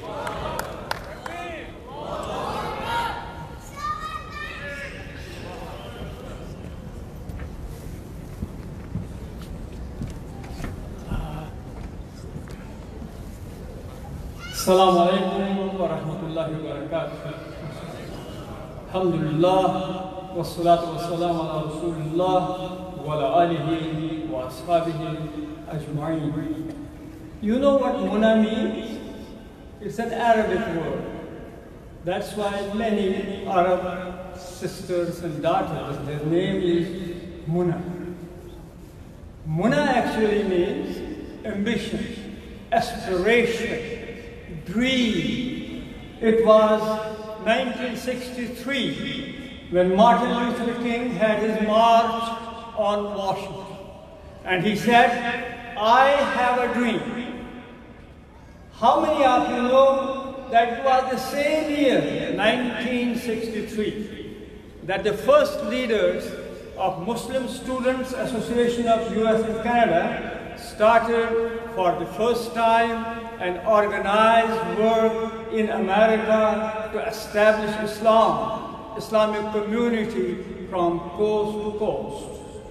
So usually people think that the dream that Martin Luther King had was to create an America with ethnic and racial diversity. But Allah had much more to give us on the same day. That is, a new religion also took its root in 1963. So what we are seeing today, from city to city for the last half a century, it's amazing for me on a personal level, addressing similar groups of Muslim Arabs of America, addressing in similar way American, Muslim, Pakistani doctors, addressing similar gatherings of our brothers and sisters from the African American background. So it is a blessing of Allah that we have worked towards creating a diversity within the Muslim community and reinforce the diversity of America, which is the strength of America. So we are proud of this role. And when I talk to our brothers and sisters here, whose roots are in Bangladesh, I want to express my gratitude to you. While we were building Islamic centers from city to city, state to state, many of you came forward who gave their time, leadership, their support. Many of the Islamic centers owe their existence to the contributions made by your brothers and sisters with whom you share your roots. I remember after 9/11, when we were explaining who we are, what kind of contribution we are going to make in America, I had two things in my hand, going from convention to convention, meeting to meeting, interfaith dialogues. On the one hand, I had the report of the 9/11 Commission, because after 9/11, they established a commission who took about a year and a half to investigate what happened and how it happened. I used to take that 600-page book in my hand because they concluded that American Muslims knew as much about those 19 terrorists as American Christians, American Jews, or people of other faiths in America. That means the American Muslim community had to do nothing with what happened on that day. That was a very powerful evidence of who we are, what we contribute, what kind of understanding we have about Islam. But on the other hand, in my hand, there was another book. This book was the biography of a Bangladeshi whose name was Dr. Fazlur Rahman. How many of you know Dr. Fazlur Rahman? Raise hands. This Bangladeshi man, engineer, he was in the same university where Muslim Student Association took its birth. That is in 1963. The same time when Martin Luther King was talking about the civil rights, same time when our young generation was creating a new entity in America, which ultimately became Islamic Society of North America, ICNA, MINA, MUNA, whatever. So this Bangladeshi man, he gave America the first tallest building. So it was critical to explain that those who destroy the towers, twin towers, their names might have been Muslim, but they were not motivated by the constructive understanding of Islam. It was a Bangladeshi with his roots in the Muslim country, Bangladesh, who gave that gift to America, the tallest building. That's why today, this is my umniya, that is my muna, my aspiration, my prayer, my ambition, that we will contribute to the best of both. Why do we, within the Islamic mainstream, why do we activate and encourage people of different backgrounds, different roots to organize not only as the mainstream Muslim, but to be conscious at the same time what they can contribute to their countries of origin? Because in America, from the very beginning, diaspora, that is Americans coming from different backgrounds, have in a rich way contributed to their countries of origin. It's not just giving a zakat, it's not just giving donations, it's not just coming to their help when they are in distress. It's not.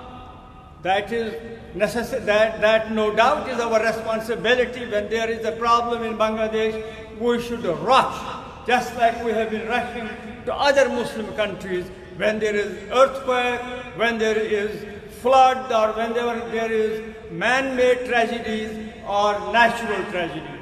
But there is something more significant, that is the experience as American Muslims that you have, interacting with Muslims of other backgrounds, interacting with a system called democracy.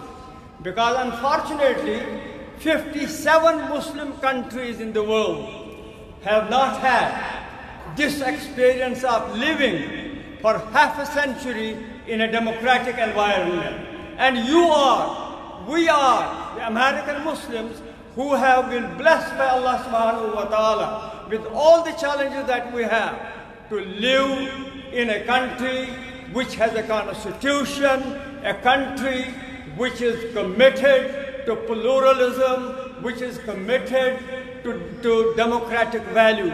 So this experience has to be transferred to those countries so that they realize that it is not just some families, it's not just some parties, it's not just some dictators who can grab power and deprive the common people of peace and justice. We ask Allah subhanahu wa ta'ala to give us the resources, give us the understanding, give us the means so that we can reach out to the Muslim world and share this gift with all the ummah in that sense. ربنا تقبل منا إنك أنت السميع العليم برحمتك يا أرحم الراحمين آمين. تكبير تكبير.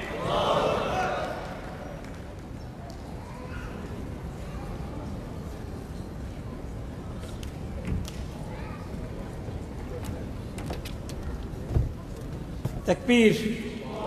Takbir. Our next guest who will be coming here and speaking is Dr. Ayman Hamous. He is the current new Executive Director of Muslim American Society. Dr. Ayman was the founding member of many local Muslim American Society projects, including the first mass youth center in the country.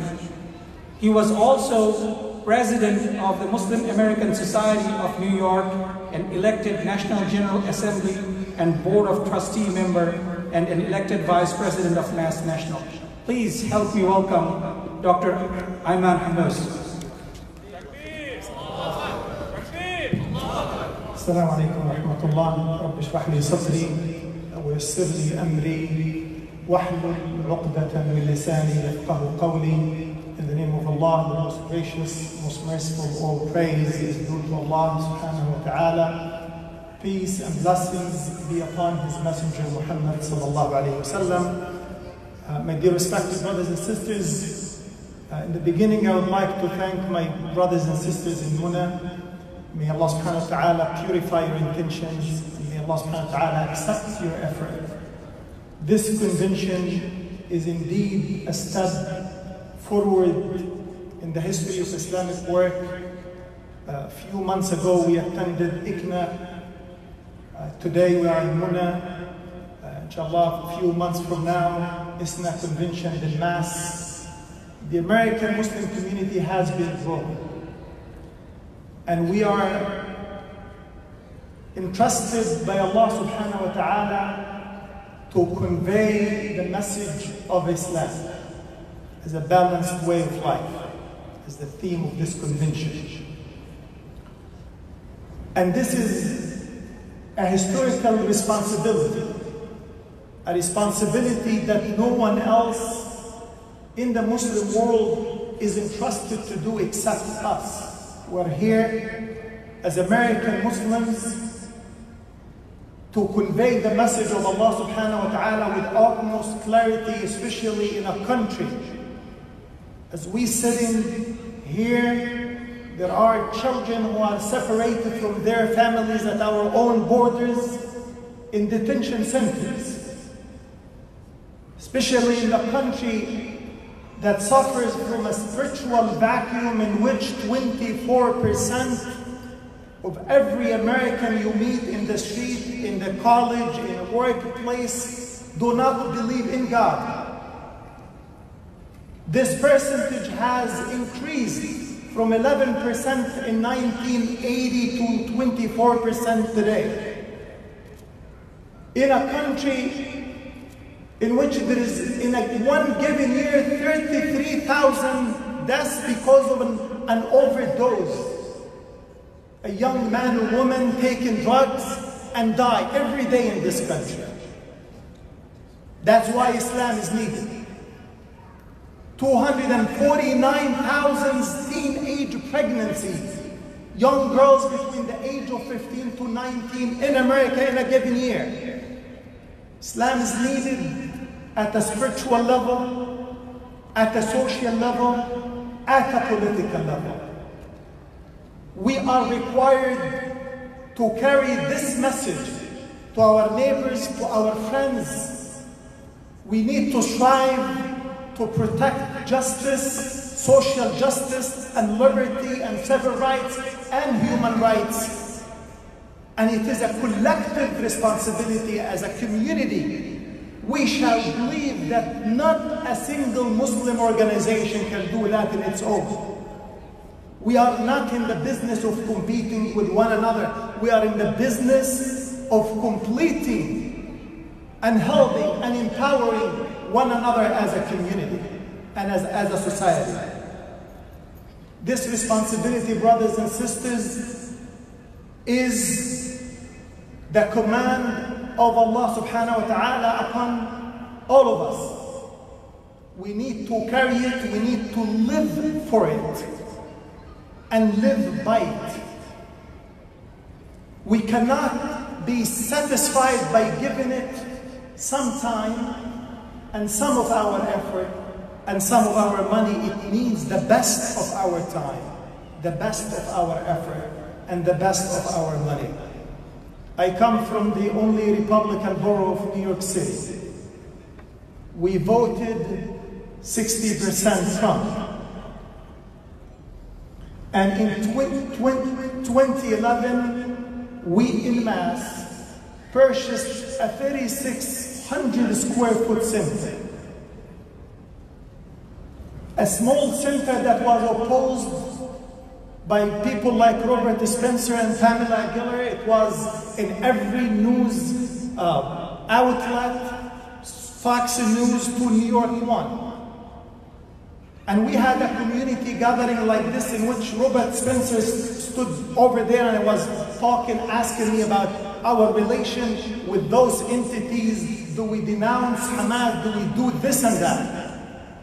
Those same tactics that have been used to scare the Muslim community from speaking up and speaking out. And the center was off. Alhamdulillah, we lost that place, but we managed to have a center later on. But that was not the true success of our community. The true success of our community in 2012, when Hurricane Sandy hit Staten Island, and we had our young brothers and sisters in Mass Youth putting on their t-shirts and going out to hold the same exact community that opposed building a masjid.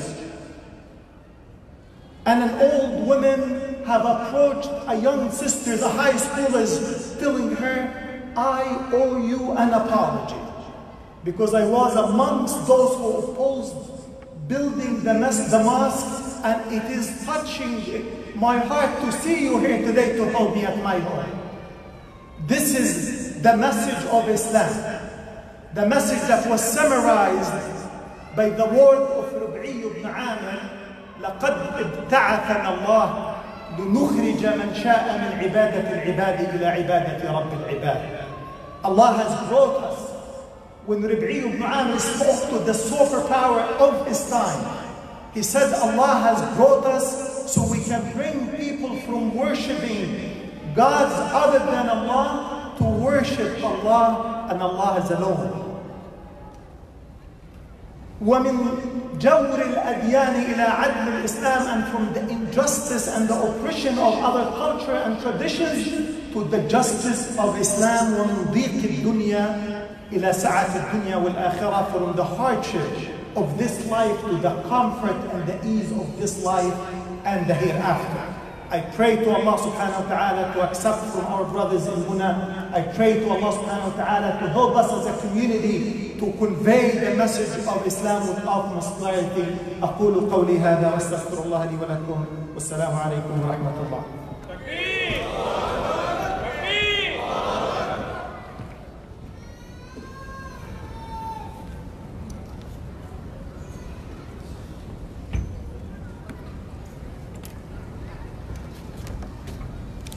Takbir. Our next guest does not need an introduction. Whenever our civil liberties in the United States are under attack and we do not have anybody to speak on our behalf, Brother Nihad Awad is fighting a lone fight by himself. Alhamdulillah, he's getting a lot of support nowadays, but there was time when he was the only voice defending our civil liberties. Brother Nihad Awad is the National Executive Director of Council on American Islamic Relations CARE in Washington, D.C. That is America's largest Muslim civil rights and advocacy organization. Brother Nihad Awad is featured in the Royal Islamic Strategic Studies Center's 500 Most Influential Muslims in 2009. Arabian Business Magazine ranked Brother Nihad Awad among 100 of the world's most influential Arab. Please join me welcoming Brother Nihad Awad.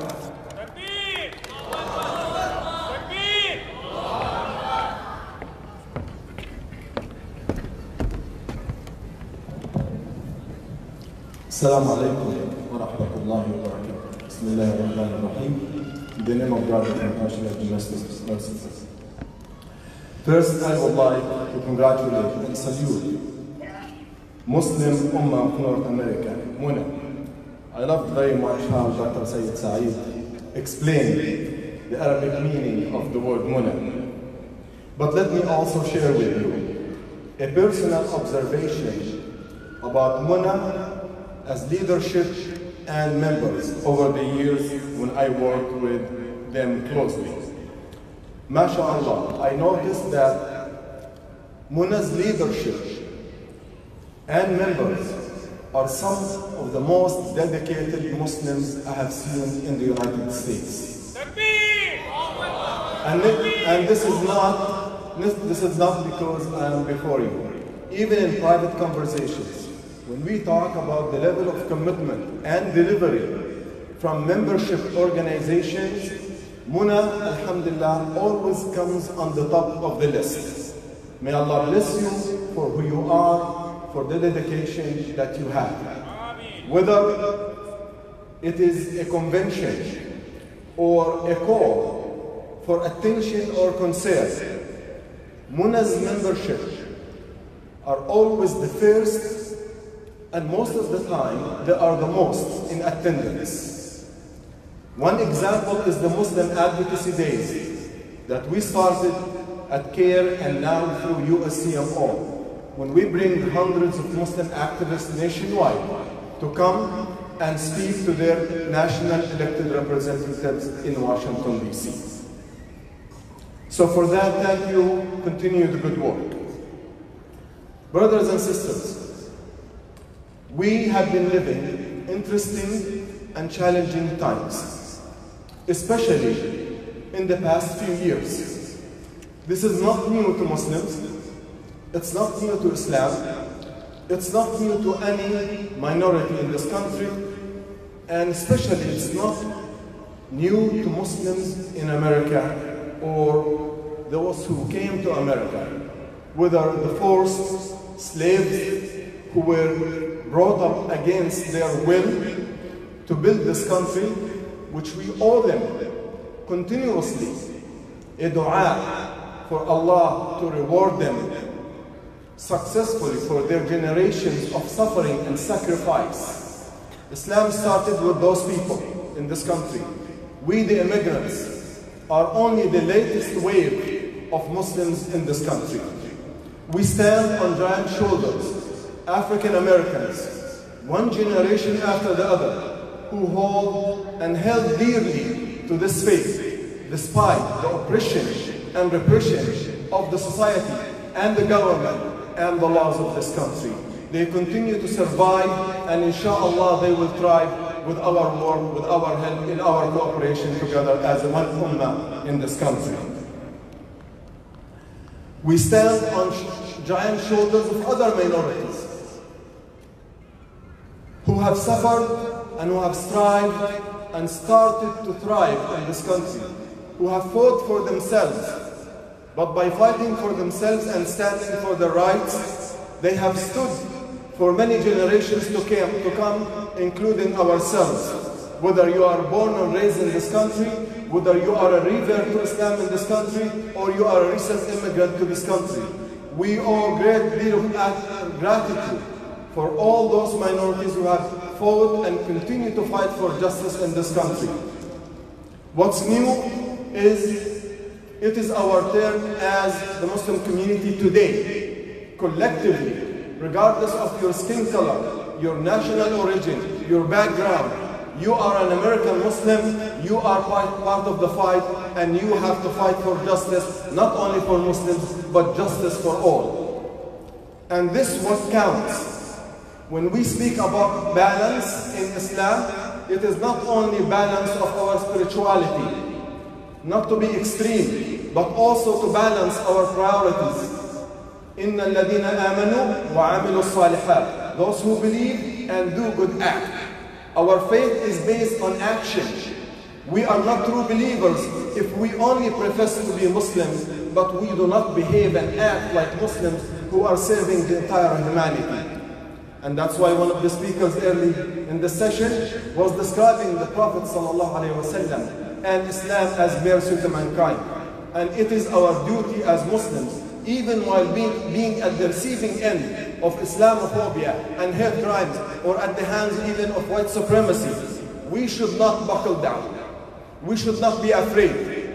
We should not be silenced. We should not resign to the margins. Our spot is always front in the leadership, in the front line, fighting for ourselves and fighting for everyone who's oppressed in this country and around the world. And that's why, brothers and sisters, the challenge is to be balanced. One of them is the following. Many of us Muslims focus our radar on the Muslim world. It is very important to think about the Muslim world, but we will not be able to help the Muslim world unless we help ourselves here, unless we help our broken neighborhoods here, unless we speak for children who are caged because they're immigrant families. Unless we speak for other people, they will never speak for us. And we don't stand up for them, they will not stand for us. If you want friends, you yourself have to be friend for others. And this is not a political necessity. This is the essence of our deen. This is not a political statement. This is the essence of who we are as Muslims. Secondly, second priority. The Muslim world, speaking of the Muslim world, does not need our money. And I appeal to Muslim relief organizations to be merciful to the Muslim community and neighborhoods here.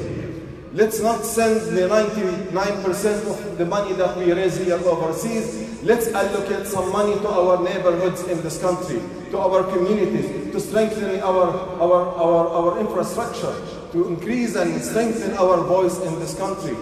The Muslim world does not only need money, the Muslim world needs leadership. They need role model. What a better role model, political, social, and otherwise, to be seen and to be felt except here in the United States.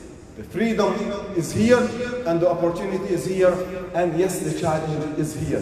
Finally, remember, as you are challenged, a beautiful ayah in Surah 94, Surah Al-Inshirah or Al-Sharh. أَلَمْ نَشْرَحْ لَكَ صَدْرَكَ وَوَضَعْنَا عَنْكَ وِزْرَكَ الَّذِي أَنْقَضَ ظَهْرَكَ وَرَفَعْنَا لَكَ ذِكْرَكَ فَإِنَّ مَعَ الْعُسْرِ يُسْرًا إِنَّ مَعَ الْعُسْرِ يُسْرًا. This ayah was repeated twice, although the whole surah is 8 ayats. It was repeated twice. Why? Because Allah subhanahu wa ta'ala is asking Muslims, believers, to be balanced, not to be afraid, not only to focus on the negativity and the challenge, but to see in the challenge an opportunity. Inna ma'al usri yusra. Allah did not say, Inna ba'da al-usri yusra. Allah did not say, with difficulty, after difficulty there will be ease. He said, with difficulty there is ease. In it, with it. So as we see challenges, we see opportunities. As we feel the pain, we have to feel the relief because we believe in the future and we are an ummah of action. And our action is built on optimism. And this optimism is built on defining ourselves and not letting hate and bigotry define ourselves, especially in the past 2 years. There's been a lot of stress on the Muslim community. But let me share with you the final note. Despite the unprecedented Islamophobia, despite the fact that the most powerful people in this country profited politically and financially from defaming Islam and smearing Muslims, poking fun at them, making policies to target them, to silence them, and push them to the sidelines, they thought that the Muslim community will run away from politics. What happened is quite the opposite. An unprecedented number of Muslims ran for public office. Every election cycle, about 20 to 30 Muslims run for public office. In the past 2 years, 276 Muslims ran for public office, and half of them won seats in this country. That's the reaction. One of them today, we have with us is Sister Movita Johnson-Hill, who is an elected representative in the State House here in Pennsylvania. From her personal tragedy, she decided to empower herself and communities and speak on behalf of the oppressed and behalf of the dispossessed. She and other people have broken the glass ceilings. The broken parts of the glass ceilings, when it falls, it might hurt people who broke this glass ceiling. And that's why we see elected Muslim officials being under attack and under fire. This is the price we pay, but we should continue to move forward. Inshallah, as we are moving forward, I would like you, young Muslims now, I'm speaking to young Muslims as I conclude. We have enough people who work in technology and medicine. To be balanced as Muslims, we also have to work and study the fields of law, journalism, art, filmmaking, humanities, to be school teachers. This is what America needs. They need to see us in every corner of service in life, and not only resign to medicine and technology and engineering. I urge all of you, young Muslims, as you forge your future, think of what you want, not to earn only money, but to earn the pleasure of Allah by serving others, because leadership is service. And the Muslim community has suffered from not being in these spaces: art, political science, journalism, law, and other humanities. And fathers, when you see your children intending to study these areas, please do not block their future. Allow them to be who they are, and that could be, inshallah, the new light that the Muslim community has not seen for decades. Assalamu alaikum.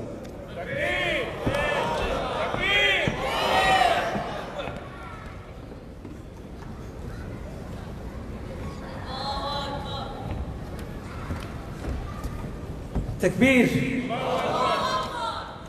Our next speaker, I am kind of feeling bad for him because he just landed literally a few minutes ago. And I don't believe he had his lunch. I think he skipped his lunch for this session. And our next speaker makes our Bangladeshi community, our Muslim community, our immigrant community very, very proud. He is first of many things. He is the first immigrant to serve the Georgia State of Senate. He is a Democrat elected senator of the great state of Georgia from the 5th Senate District, which is Georgia's most diverse county. In 1981, after graduating from high school, Senator Rahman came to America to attend Central Pediment Community College. In order to pay for his college tuition, he worked as a dishwasher, making $3.35 an hour. Senator Rahman finished his undergraduate degree in economics and global studies at the University of Georgia, where he also served as a student senator and president of Global Studies Association. Senator Rahman is a life member of the NAACP, National Action Network, American Civil Liberties Association, ACLU, a national advisor of the Alliance of South Asian American Labor, and a member of the Executive Committee of Democratic Party of Georgia. Please help me welcome Senator Sheikh Mujahid Rahman. Thank you, Assalamu alaikum, brother, for this heavy introduction, and glad to be here. Assalamu alaikum, brothers and sisters. I did not prepare official in speech, but normally I speak from my heart. I'm glad to be here. I'm probably the least knowledgeable Muslim leaders out of all the people over here, so I'm kind of nervous. I don't want to speak too much about the Muslim, but I'm proud Muslim, and I'm proud because of me, the first time the Georgia legislator, the Senate chamber, who had Quran recitation. The first time, the history of state of Georgia, when I took an oath with the Quran, and then I had leaders from all faith, Hindu, Muslim, Christian, Buddhist, Jewish, all leaders of faith community came in to celebrate, and they spoke when I took oath over there. So I'm proud of it because as a Muslim, I want to make sure I'm not a Muslim senator, I'm a senator for state of Georgia. I want every religion, every community to represent who lives in Georgia. I want to represent them. So I invited all the religious leaders. Because of previously, I worked with them, they all came. Nobody said no. And I'm proud of that. And I'm proud Muslim because of that. When I came to this country around 4 decades ago in Charlotte, North Carolina, we didn't have no mosque. When I moved to Georgia around 30 some years ago, mid-85, mid-80s, we had only one mosque. Inshallah, now I have a mosque where I can go and pray within 2 miles from my house. Inshallah, we have over 50 mosques in Georgia now, in Atlanta area. So we have come a long way. We are blessed. When I came to Georgia or United States 40 some years ago, we didn't have no halal food. Now, I have plenty of options. So we prosper. Our numbers are growing. We have a lot of opportunity to do good things, and we are doing it. We are in technology, we are in medicine, we are in every different field, except we are lagging behind in politics a little bit. So that's why I ran. It's not that I ran because of the surge going on, all these things happened last few years, but I was always involved in politics with organization, and I always thought that we need a representation.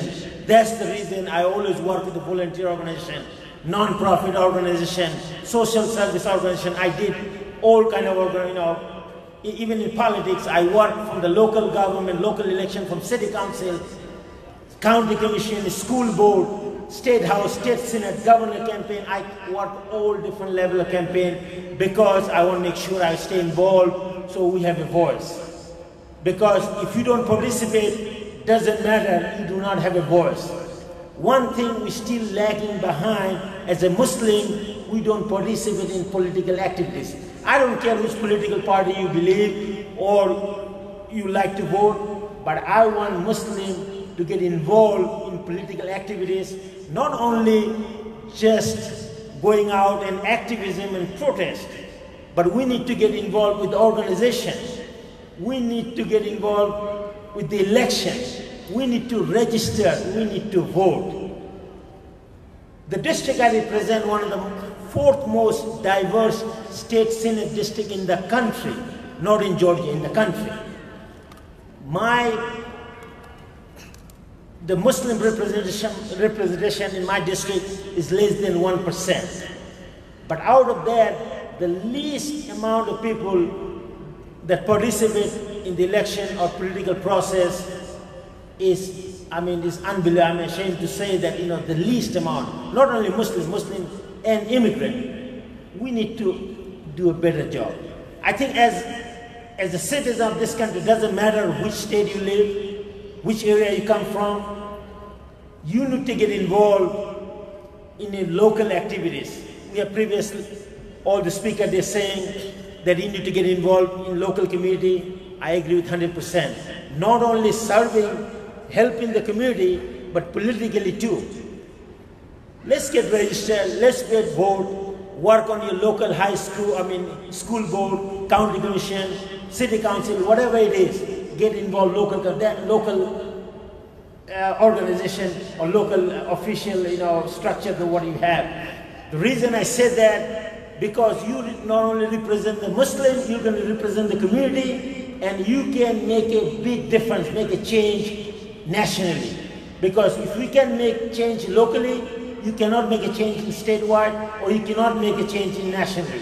So I urge all of you, get involved, because people can look at you when you get elected official or whatever you do, they're going to think about you. You could be hijabi Muslim, or you be ideal Muslim, or you're doing something for the community. That we're going to change the barrier. And we all have to work with all religion, all group, all society, because as an American, as a Muslim American, we have come a long way. We are not going back.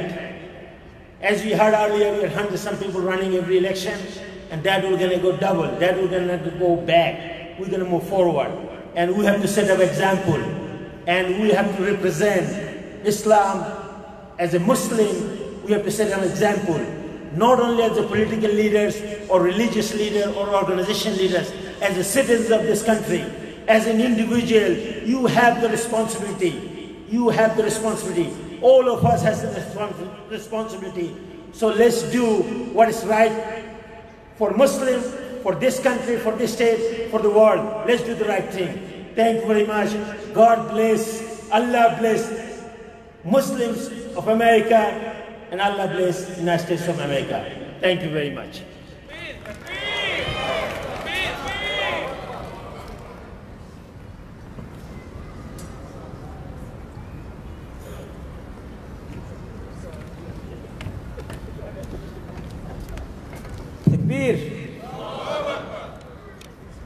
We are in the house of next speaker. Sister Representative Movira Johnson Harrell is an American politician from Pennsylvania, from this proud state where we are holding our national convention. She's currently serving as a Democratic member of Pennsylvania House of Representatives from 190th District. She is the first female Muslim member of Pennsylvania House of Representatives. If you were following the news, on the day of her oath-taking ceremony, there was an incident that caught national media. And we are very proud of our representative, Sister Movira Johnson Harrell, the way she handled Islamophobia. It is inspiring for all of us. Let us welcome Representative Movira Johnson Harrell.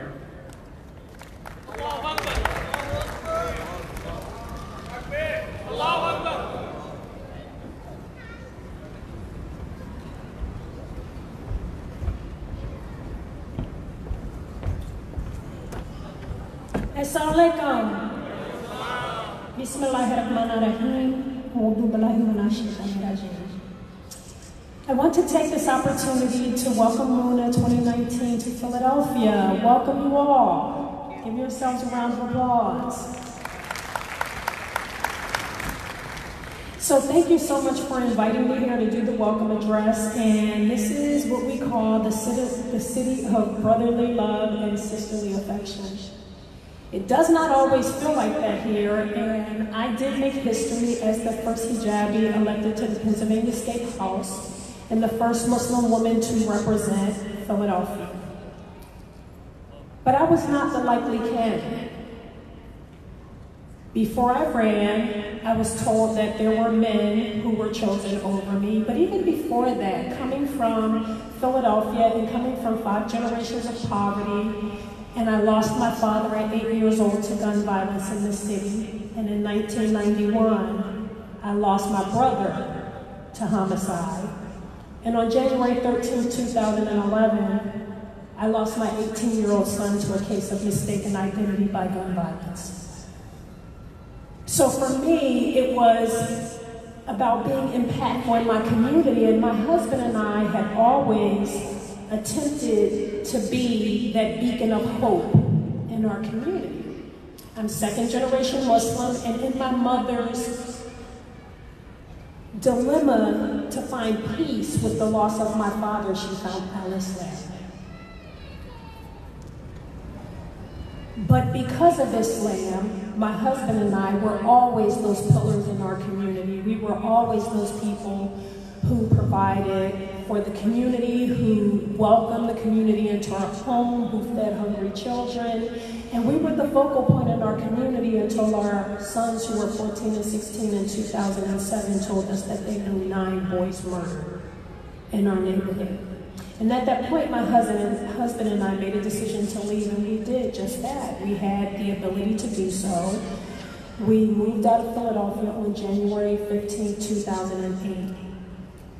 And on January 15, 2011, I put my 18-year-old son in the ground. And it was absolutely devastating for me.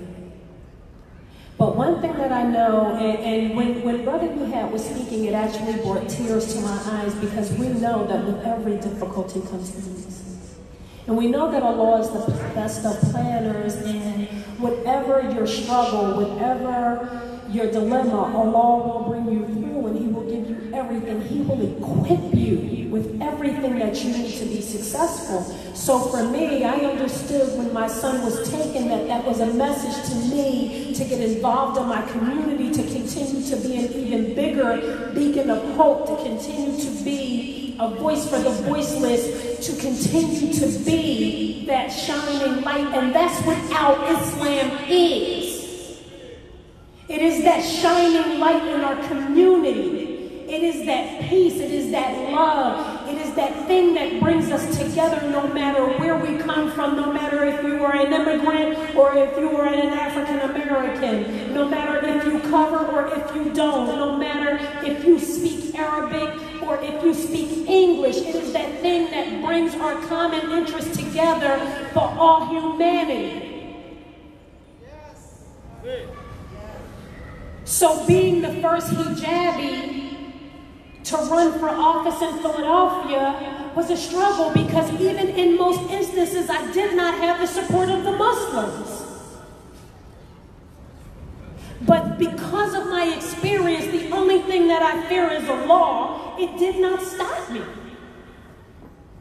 I continued to put one foot in front of the other, because I know that I had 2 daughters and another son alive who were looking up to me. I know that those grandchildren that I had were looking up to me. I know that my community and the women that I empower were looking up to me. So when I shattered that glass ceiling, yes, the shards came down. And I am constantly under attack, but I fear nothing but Allah. This is the path that was given to me, because if you had asked me where I saw myself at this point in my life, I'm supposed to have my doctorate, I'm supposed to be writing books, and I'm supposed to be traveling the country lecturing. Instead, I'm fighting for social justice and equality for the very people that this country intends to stamp out. I do not support the America that cages children. I do not support the America that panders to white supremacy and that thinks Islamophobia and anti-Semitic acts are okay. I do not support the America that does not take care of its tired and its sick and its poor, and you cannot complain if you do not get involved. I support the America that promotes diversity and inclusion. I support the America that places the people over the Second Amendment rights to hold guns. I support the America that makes sure that we take care of our most desolate in this nation. And I know I'm not alone. We can no longer sit on the sidelines as Muslims. We are the light. There is no more middle ground. You're either a part of the problem or you're a part of the solution. We must take responsibility for our communities. We must take responsibility. You know why? Because our children deserve it. Our children deserve a world where they will not be discriminated against because they wear a kufi or a kimar.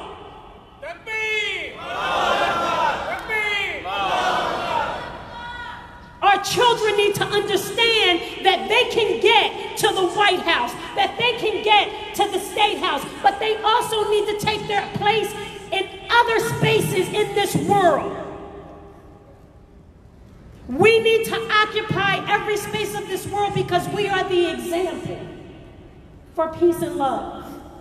People often want to put us in categories of extremism. There are extremists in every religion if you study history. That is not Islam.